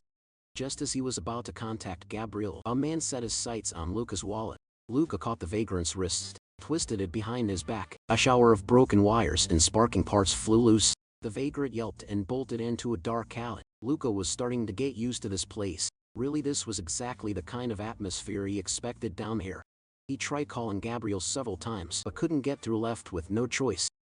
He followed the address on a map to find him in person. If Gabriel's ignoring my calls on purpose, I'll have to break his nose when I see him. But when Luca pushed open the door, he found Gabriel lying on the floor, apparently dead. That explained why no one answered the phone. Just then Luca noticed Gabriel's arm twitching faintly. "Hey man, I'm not dead yet." Luca rushed Gabriel to the hospital. Gabriel had taken 4 bullets to the chest and abdomen, but luckily nothing vital was hit. That suggested the attackers hadn't meant to kill him. Luca asked what had happened. Gabriel said it was just a warning. Things have been tense down here lately. Every faction was recruiting and drawing battle lines, but Gabriel wasn't in any gang. He was just a freelancer who made a living with his fists. Luca warned he'd do better joining up with someone, otherwise it would be tough to survive. But Gabriel would rather risk his life than work for those scum. He was more interested in why Luca was looking for him. Luca didn't say much, only, "I'll be back this time tomorrow. Make sure you have the strongest painkillers ready." Gabriel might have complained, but Luca knew he'd do it. He was loyal. He never let down those who'd helped him. That's why Luca was willing to invest in him. Tracking down Kingwan in the lower districts wasn't an easy task. Rumor had it he had been close with the old manager of the Gladiator Arena. If Luca could find out what Kingwan had been up to back then, he might get a lead. What Luca couldn't figure out was why Kingwan would show up in a place like this, out here in the wasteland. There was no such thing as dreams. Luca didn't head back to his new home in the upper city. Instead, he decided to stay a few days in the lower districts. He walked from the bustling, neon-lit streets all the way to the slums. Sometimes he paused at the border, where he could look up at the upper districts. His steps stopped before a crumbling building. Orphanage No. 72. This was where Luca had grown up. He stood across the street, quietly watching the orphanage windows. A truck pulled up to the front door, skimming off the top again. That bastard never changed. Some of the kids were awake, peering outside. The older ones clearly knew what the director was up to, but they couldn't do anything to stop the corruption. "The world won't change. The only thing I can change is myself. Still, maybe I can do something. Just a little. It won't fix the world, but at least the kids here could get a few more meals. After that, things would go back to the way they were." As Luca approached, a laborer looked at him wearily. These weren't enforcers, just ordinary workers. But even the smallest change was worth trying for Luca. "You've gone soft." The man suddenly drew a gun. But as soon as the bullet left the barrel, Luca caught it out of the air. He opened his hand. The deformed slug dropped to the ground. The others froze, too scared to move. The director recognized him. "Dear Luca." Luca slammed his fist into the director's jaw. "Still running the same scams, huh? Haven't you made enough already?" The director immediately started to play the victim. "I always treated you well, didn't I? Gave you extra food and everything." Luca gave a faint smile. "I remember. That's the only reason I didn't snap your neck." The director begged for mercy. "I'm sorry, please tell me what you want. Whatever it is, I'll apologize." Luca didn't feel any sense of obligation toward the orphanage that raised him. Charity, after all, was just a passing fancy for the rich, a mask for their hypocrisy. He let the director babble on. A man like this wasn't even worth hitting, much less killing. Even if someone else ran his place, it wouldn't be much better. Luca glanced at the children peeking from the windows. Some had a glint in their eyes. Waving at him, he remembered the days he went hungry, rooting through trash for scraps. He punched the director again. "Watch yourself from now on, and tomorrow make sure the kids get a real meal." With that, Luca disappeared into the shadows of the alley. The scene shifted to the next day. Gabriel, barely hanging on with painkillers, tagged along with Luca as they headed out together. He complained loudly as they walked on. Any other day, Luca would have kicked him already. Maybe he just slept too well last night. Beating up someone he couldn't stand really was a great stress reliever. Luca had to admit it. Soon the two arrived at the entrance to the dueling arena. The gang members at the door stared in disbelief. "Gabriel, weren't you shocked? How were you even walking?" Gabriel started chatting up his acquaintances. "News travels fast. Whoever did it, I'll make sure to pay them back." He quickly noticed Luca standing nearby. He'd seen Luca in a previous match with a henchman. Leading the way, the two headed into Olaf's office. Olaf's presence was sharp and commanding. He stood up to greet Luca as if welcoming a VIP. "You here to compete?" Luca shook his head. "Not this time, I have private business to discuss with you." Olaf pulled out a cigarette, worry. "No can do, I'm not much of a fighter. And I need a sense of security. To me those two are just scarecrows." The two bodyguards' faces darkened, eyes narrowing in anger instinctively. Their hands tightened around their guns. Olaf fixed Luca with a cold stare. "Doesn't matter if you're good boy or just Luca. Don't think being tough gives you the right to disrespect me. I respect your mentor, but that doesn't mean you can act out. Looks like there's no way around a fight." Allah stubbed out his cigarette. His two guards immediately raised their guns and trained them on Luca. Luca flashed a grin. Gabriel blocked the door. Gabriel, still dazed, mumbled his assent. Luca bent his knees and leapt straight up. His fingers dug into the concrete ceiling. Dangling upside down, he looked down at the two guards. They were still a beat too slow with their guns. Luca scraped along the ceiling, then twisted down, dodging their line of fire. As he landed, the guards started to sweat bullets. They fired again, but the shots only hit where Luca had been a moment before. Worse, their bullets hit each other by mistake. Two screams echoed through the room. Olaf's brow furrowed. Bodyguards really are pointless. Scene change. Rain beat down on the streets outside. Luca and Gabriel were now at Gilda's repair shop. Gilda was fixing Gabriel's mechanical stylus. Every time it rained, his arm ached faintly. Meanwhile, Luca recalled his earlier negotiation with Olive. Though Olaf had been reluctant, he scanned Luca's ID with his terminal. The information on the screen surprised him. In the end, he agreed to Luca's request. Luca needed him to provide detailed information about the former manager Tor. The more details, the better. Olive named his price. He wanted Luca to vouch for him to become a noble's attendant. After Luca had been of age for a year, he'd have the right to appoint an assistant. The chosen person would gain the right to live in the upper sectors. Until then, Olaf needed to prove that he was worth following. In the end, Luca accepted the deal. Everything now depended on Olaf's performance. As for waterproofing, Gabriel was clearly disgruntled. "My limbs are already waterproof. Why pay more for it?" Gilda nodded firmly. Even the best manufacturers can't beat time. Sooner or later, grime seeps in. It's safest to get waterproofing done at least every 6 months. Luca listened to their bickering and casually tossed a credit chip on the table. "Use this, give Gabriel a full tune-up, and redo the waterproofing too." Gilda accepted it with a smile. "Knew you were a pro, Luca." Gabriel clutched his money like it was his life. "Luca, you're getting ripped off. You'd be better off spending that upgrading me." But Gilda would never overcharge Luca or Gabriel. Luca understood Gabriel's anxiety. In the lower districts, trusting a mechanic too much can get you blood dry. Meanwhile, Luca's terminal buzzed with a message from Olaf. After Olaf took over the arena, nearly all of Tora's old crew were wiped out, except one who's now in a psych ward. Luca didn't have high hopes, but decided to check it out anyway. Scene shift. A hover car plummeted straight down a building. Lucas stepped out of the car, his only goal to visit a psychiatric hospital. Just now, the person who had fired at Luca had worn a jacket with a gang insignia. Luca started grilling Gabriel. Was he hiding something? Gabriel looked just as confused. If he had been lying, Luca would have spotted it. Gabriel had never been good at deception. "Gabriel, in the end, you still sided with Olaf. You got a warning, but you ignored it." Sure enough, this attack had been aimed at Gabriel. It turned out that afterwards spread that Gabriel had been shot and then showed up at Olaf's office the next day. The gang assumed he'd switched sides. Gabriel's face turned red, veins bulging in his neck. In this situation, he couldn't possibly explain himself. Luca asked if he had a spare pistol. Gabriel didn't, but handed over his own gun anyway. "You picked the wrong side. Gabriel, big sis sent me to deliver a message." Luca fired several shots, checking the spread. All the bullets veered up and left. Just then, the grenadier across the street launched a grenade. But the moment he heard the trigger click, Luca fired. His bullet struck the grenade midair, setting it off in an explosion. Luca fired again, shattering the parts of the enemy's mechanical arm. Then it was too late for the gangsters to run. Their knees and elbows shattered. They dropped their weapons like broken puppets. Finally, Gabriel caught up. Frowning in confusion. "Was it really, big sis?" The driver, roused by the gunfire, looked at Luca. "Our company has a contract with security. Rescue teams will be here in 3 minutes. In the lower districts, that kind of professionalism is rare." Luca gave him full marks. Gabriel grabbed one of the gangsters by the collar and hauled him up. "When you say big sis, do you mean Martina of Levine Rose?" All this because I wouldn't join your gang. The gangster glared, teeth clenched. Yeah, because you refused, genius. Big sis likes you. Gabriel's confusion only deepened. I thought she just wanted me as her bodyguard. You're the restless type, you get shot. Then cozy up to Olaf. Of course big sis is pissed. If she wanted you dead you'd already have a bullet in your head. Then Lucas spoke up. Tell Martina that Gabriel will go see her. But Luca was still suspicious.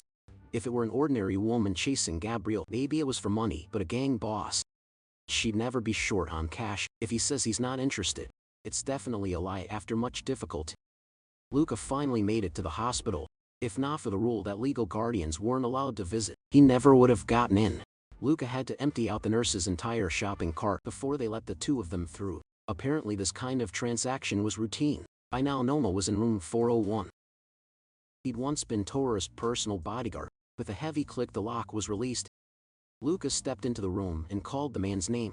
Noma laid on the bed, his expression vacant. Cheeks sunken. Luca waved the hand in front of his eyes. Noma's pupils tracked the movement, but only sporadically. His consciousness returned only in fits and starts. His cognitive abilities were badly degraded. I'm Luca. I'm here to ask you about Tora, the gladiatorial arena manager. Noma's hand trembled in a spasm. That meant the brain regions controlling muscle and movement had already been damaged. It was obvious Aleph had been ruthless with him. Luca had hoped for a conversation, but in his current state, there was no chance of learning anything about King Yuan from Noma. Maybe he could try the Imperial Guard's standard temporary neural stimulation therapy. Noma was skilled with close combat weapons, especially knives. Luca took out a self-defense knife, and at once Noma's eyes sharpened. Gabriel, however, thought this was a waste of time. Next Luca feinted an attack at Noma with his hand. Noma blocked with the knife.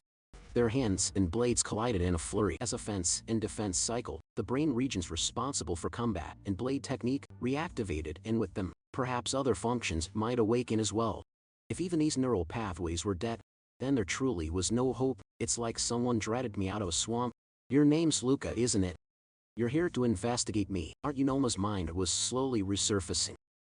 Luca had to keep up the exchange to keep his brain active. I just got some intel from Olaf. I want to know about the people around Tora. Luca described King Yuan's features. There weren't many people with King Yuan's kind of presence. I think I remember something. But why should I help you? Noma was a gang member from the lower districts. He wouldn't help anyone easily. In exchange, Luca offered to help him get out of the hospital. Gabriel, you've got a spare room at your place, don't you? Gabriel was stunned. You want me to babysit some amnesiac old man? Luca cut him off. Gather a few trustworthy people. I'm putting together a small team with you as the leader. Gabriel was taken aback. What's that supposed to mean? If you don't want to, forget it. I'll find someone else. Truth was, this had been Luca's plan all along. He needed reliable allies. Gabriel alone wasn't enough. He had to build a crew, almost like founding a gang. As he thought of this, Luca realized Kaninian might have done the same. He neither took part in public affairs nor joined any criminal groups, only those closest to him. Like Noma knew his real situation. The relationship between Kaninian and Tora was probably a lot like what I have with Gabriel. It's just a guess, but I'm almost certain. He gathered a group of followers in the lower districts, ran unofficial missions, and built his own team. So in a way, I'm retracing and recreating King Yuan's path myself. Still, I can't quite grasp the deeper meaning to all this. Luca went to the Imperial Guard's data archive. Sure enough, Kaninian's appointment as instructor coincided exactly with Tora's downfall, but the motives and reasoning behind that operation remained a mystery. I have to speed up Noma's recovery. Maybe I can get new clues from him if I let go now. Even if Gabriel wanted out, there's no exit left for him. He'd just wind up like Tora, slowly declining and eventually dying. King Yuan had never really done anything wrong. Quite the opposite, in fact. Tora had become a big winner thanks to King Yuan. He'd risen to gang boss and taken control of the arena. To Luca, King Yuan was the toughest, craftiest man he'd ever met. In a tangled web of interests, he maneuvered with ease, always holding onto his own turf. No matter how chaotic the world became, he never lost his way. Under the purple lights, dust drifted lazily through the air. Someone hid in the shadows. King Yuan appeared. He'd been masking his presence the whole time.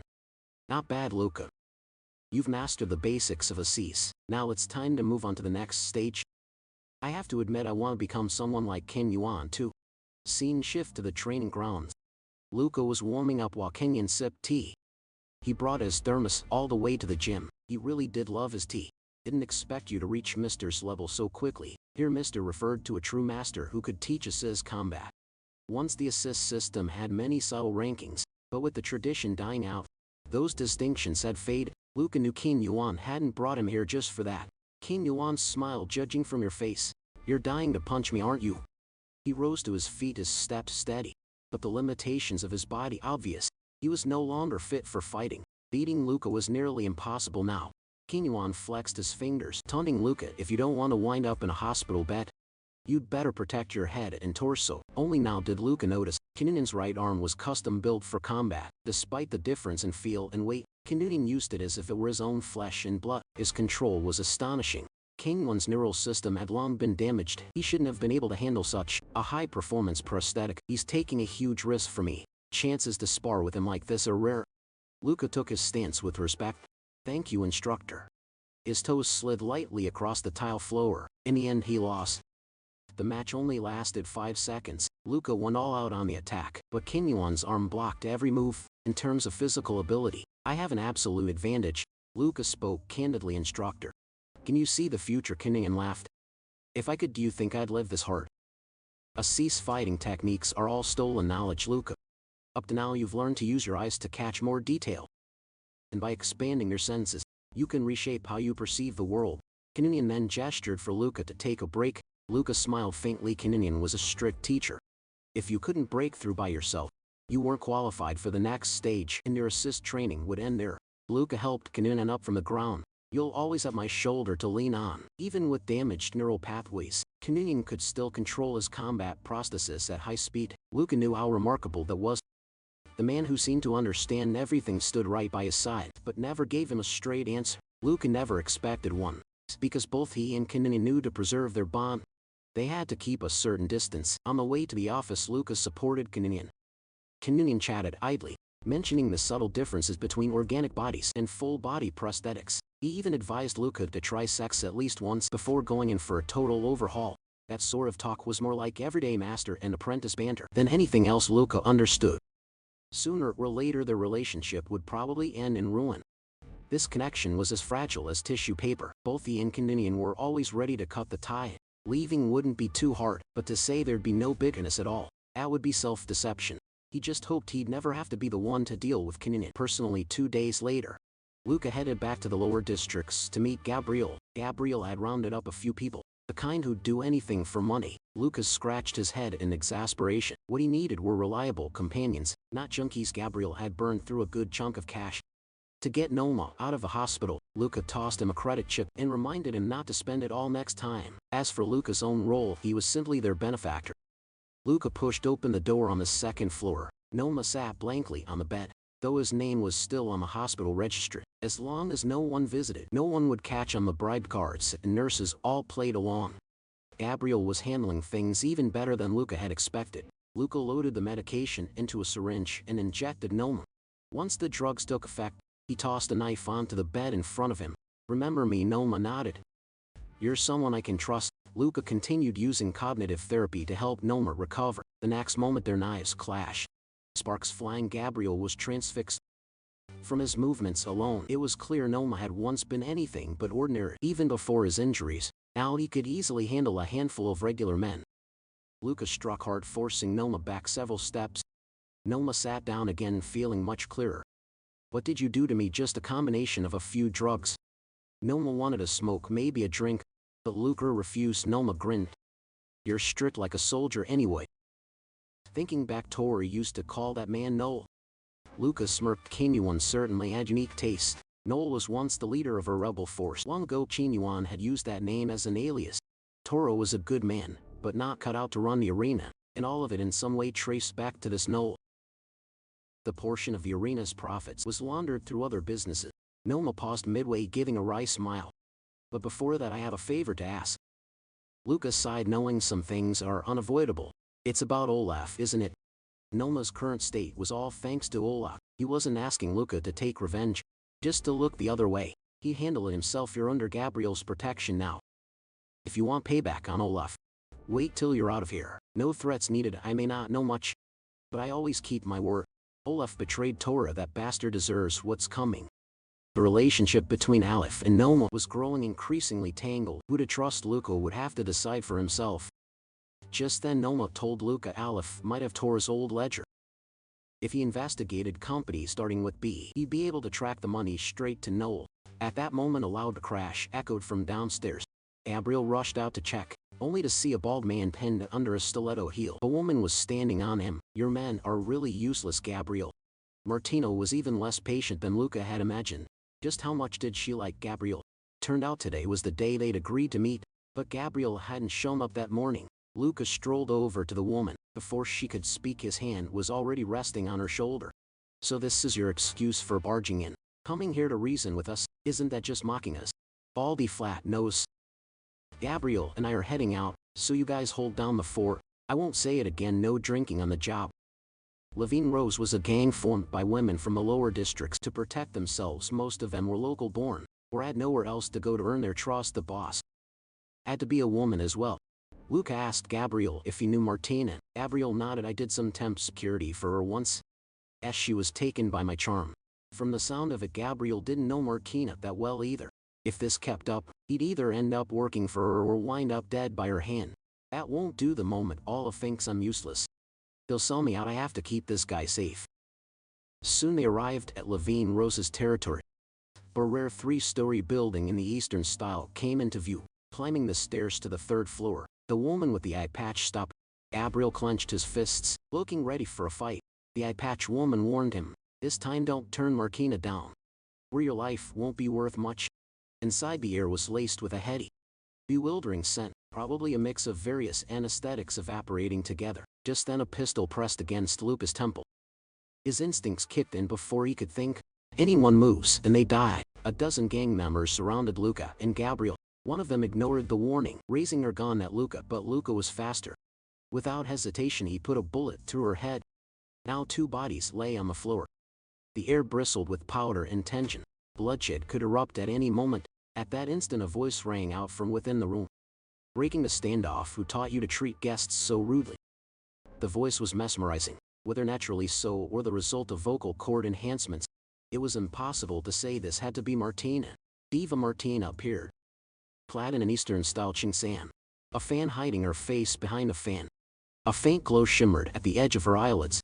"It was my own decision. My apologies, Diva." The eye patch woman replied, her tone flat. "So you invited me here just to ambush me? You think I'll let that slide?" Gabriel was furious, but before he could finish, Luca cut him off. "Calm down, Gabriel."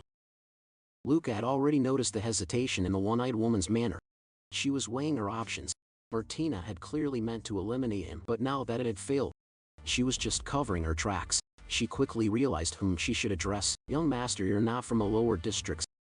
Why meddle in our business?" Luca was used to being mistaken for an upper district native. "My reasons are my own, not your concern." Martina's brow creased where Levine rose. "Don't think your noble status makes you safe. Consider this your warning." Luca threw his head back and laughed, utterly unconcerned. "A bunch of sewer rats band together and think they're big shots. What a joke." Martina's frown deepened, her followers starting to stir. The room was a powder keg. Just then the eye patch woman murmured something in her ear. Martina's expression shifted. She composed herself, sighed, and snapped her fan shut. Her gaze shifted to Gabriel standing behind Luca. "I have just one condition. Gabriel becomes my lover, and of course, he'll have to join Levine Rose." In this world where cosmetic surgery was as common as breakfast, Martina's allure was still dazzling. But could a woman like her really be interested in Gabriel? "I don't want to take orders from anyone," Gabriel shot back. "But aren't you already working for this young master? That's a partnership. I owe him a debt." Martina bit her lip, a trace of frustration flashing across her face. At that, Luca pulled Gabriel aside and whispered, "Just go along with her for now. It'll make things easier. You don't really have to join the gang.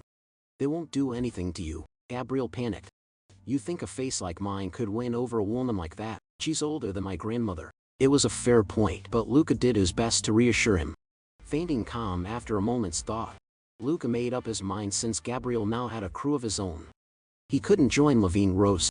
Just then Martina called out to Luca, "So you're planning to start a new gang?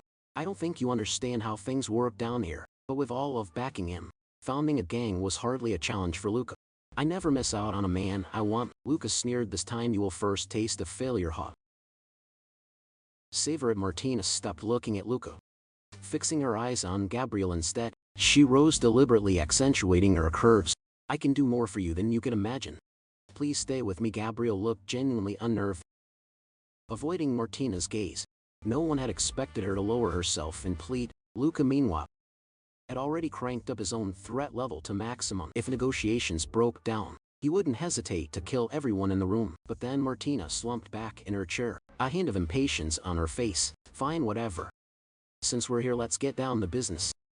She switched moods in an instant. It was as if the previous pleading had never happened. Luca, still in combat mode, felt the touch embarrassed. Now Gabriel got his turn to challenge Martina. Didn't you say you like me giving up so fast? Martina tilted her head. I'm drawn to men who are ugly and troublesome. Makes me feel small myself. Every time a guy like you defies me, it's like getting stabbed inside, especially when I'm being pushed around by those disgusting types. She shrugged, a faint blush coloring her cheeks as she clicked her tongue. Maybe people really do get weirder with age. Luca, not even an adult yet, couldn't hope to understand a woman like this. Before long, Martina put on a new face. Let's get back to business. After speaking with Martina, Luca, accompanied by his subordinate Grace, went to see Olaf. Now, Gabriel's crew was linked to both the arena and Levine Rose. With word of this spreading, all the pests would be scared away. New talent would keep pouring in, because anyone with real skill wanted a piece of a new organization. Olaf's management skills were impressive, enough to make Luca very satisfied. On the way back, Grace asked Luca, do you trust Olaf? Luca shot her a glance. Is your eye blind too? You think I'd trust him? That's why I said he's still less reliable than Diva. Luca cut her off. Your boss isn't any more trustworthy. She's a mercurial, unpredictable woman. Grace frowned at his words about Martina. Her loyalty was impressive. Martina had mentioned before, Grace was once a cadet in the Imperial Guard. Martina seemed to be probing Luca's background and motives, but Luca didn't stop her. Grace was far more useful than Gabriel's junkie crew. She'd even given Luca a patrol position in Rose City, which was a great deal for him. Grace asked if Luca came from a military family. At that, Luca paused. Why you think so? Because you're better than me. I didn't expect to lose so easily to someone who isn't even an adult. Yet Grace's judgment was sharp. She could accurately gauge an opponent's level. Luca didn't understand why someone like her would work for Martina. She hadn't finished the guard's training, but was still full of confidence. Luca was curious why had Grace quit the Imperial Guard. They chatted for a while, keeping things on the surface. Anything truly important remained hidden. Still, Luca felt the distance between them shrinking. Their way of thinking was similar, and their interaction felt as natural as being with a training camp partner. Noma had said the company, starting with B, all funneled money to Noel. In other words, it all ended up with Caninian. When Luca investigated, he found those companies had long since shut down, with no accessible information. The lower sector databases were easily corrupted, and Caninian had surely set up plenty of false trails. Luca needed a higher level, well-maintained database, at least something like the ones used by the upper classes. A name flashed through Luca's mind. Nicholas Custoria, the Imperial official, and technically Luca's brother. Luca quickly called Nicholas's terminal. I want access to the Imperial Central Database. You've got clearance, right? Nicholas admitted he did, but said he couldn't hand it over directly. I'd like to live a few more years, thanks. Luca understood. Then can you run a check on a few shell companies for me? Call it returning a favor. Will this help your standing in the family? Maybe at that. Nicholas readily agreed he'd have it done in 2 hours tops. His efficiency pleased Luca. Of course, Luca knew Nicholas would one day call on that favor, and with interest, but that was a problem for later. For now, more pressing issues awaited. Noma Levine Rose all F at the arena. Luca hadn't really slept for 3 days. If Alice showed up now, he probably wouldn't even bother with pleasantries. Oh, let the light fade.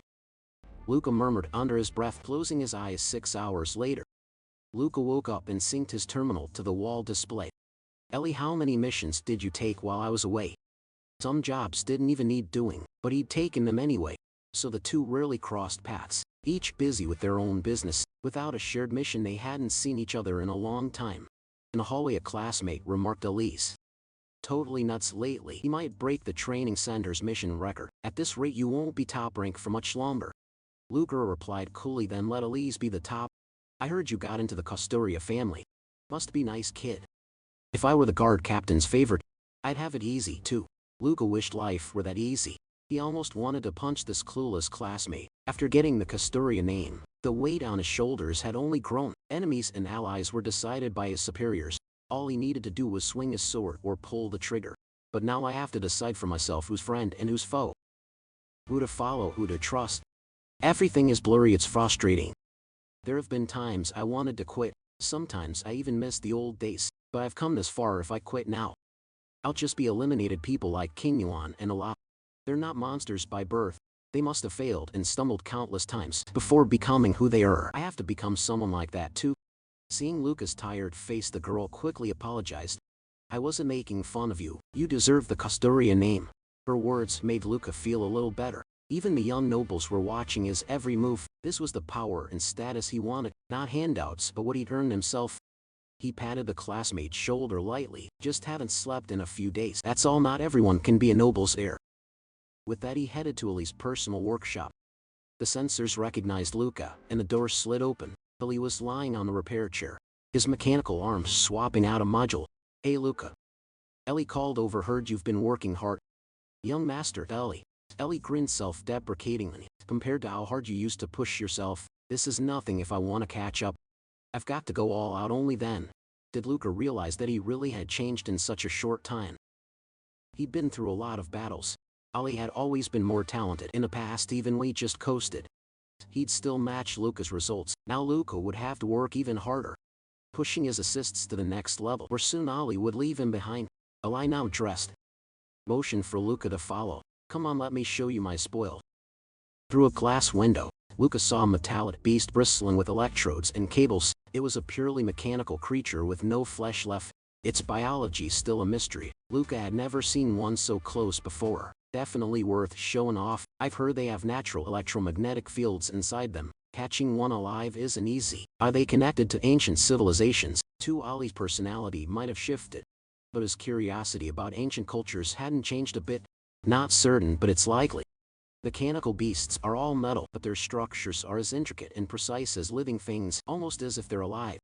Some even think they can grow and reproduce over time, though no one's ever figured out how. Luca glanced at the researcher nearby. Can these things be tamed? With no precedent, the researcher had no answer. As Luca spoke, the mechanical beast seemed to take an interest in him. The scene shifts. Luca and Ali leave the laboratory. Maybe that's the last time I'll see that creature. It's about to be transferred to a Royal Research Institute, but really it's less a transfer than an exile. It'll end up in some nameless place, an experimental subject to the end. Luca wasn't sentimental, he was just stating the facts. There's a second trophy. Think of it as a congratulations for becoming a custodian. Ellie pulled out a dagger. This is a weapon taken from an alien I killed, an Equation, the mercenary race. The blade is made from the bones of a beast that once lived on their homeworld, now extinct. Luca was skeptical. Could a bone dagger really be used in combat? It was just bone after all. Ali drew his own knife and struck it against the bone blade. A clear, ringing note sounded. The bone didn't break, but a crack appeared along the edge. Luca was about to say it wasn't so tough after all, but then he stopped because the fissure was knitting itself close, the gap shrinking as if the blade were regenerating cell by cell. An acquisition, this dagger is called Grecian boot. It means immortal or eternal. This is the gift I decided to give my best brother. As a gift, it's got a lot of meaning. We all crave eternity and immortality, but here's the truth of the universe. Even the cosmos itself isn't eternal. Everything ends eventually. Especially tiny lives like ours. We're not even dust, just a brief flash of light. Luca felt a rare swell of emotion. It was, after all, the first time he'd received a gift like this. Back in his room, Luca opened his terminal. Nicholas had already sent over the compiled files. He'd even checked whether the owners of those shell companies actually existed. Each company was tangled up with the others, all woven together like a spider web. Pure money laundering. Luca knew exactly what this meant.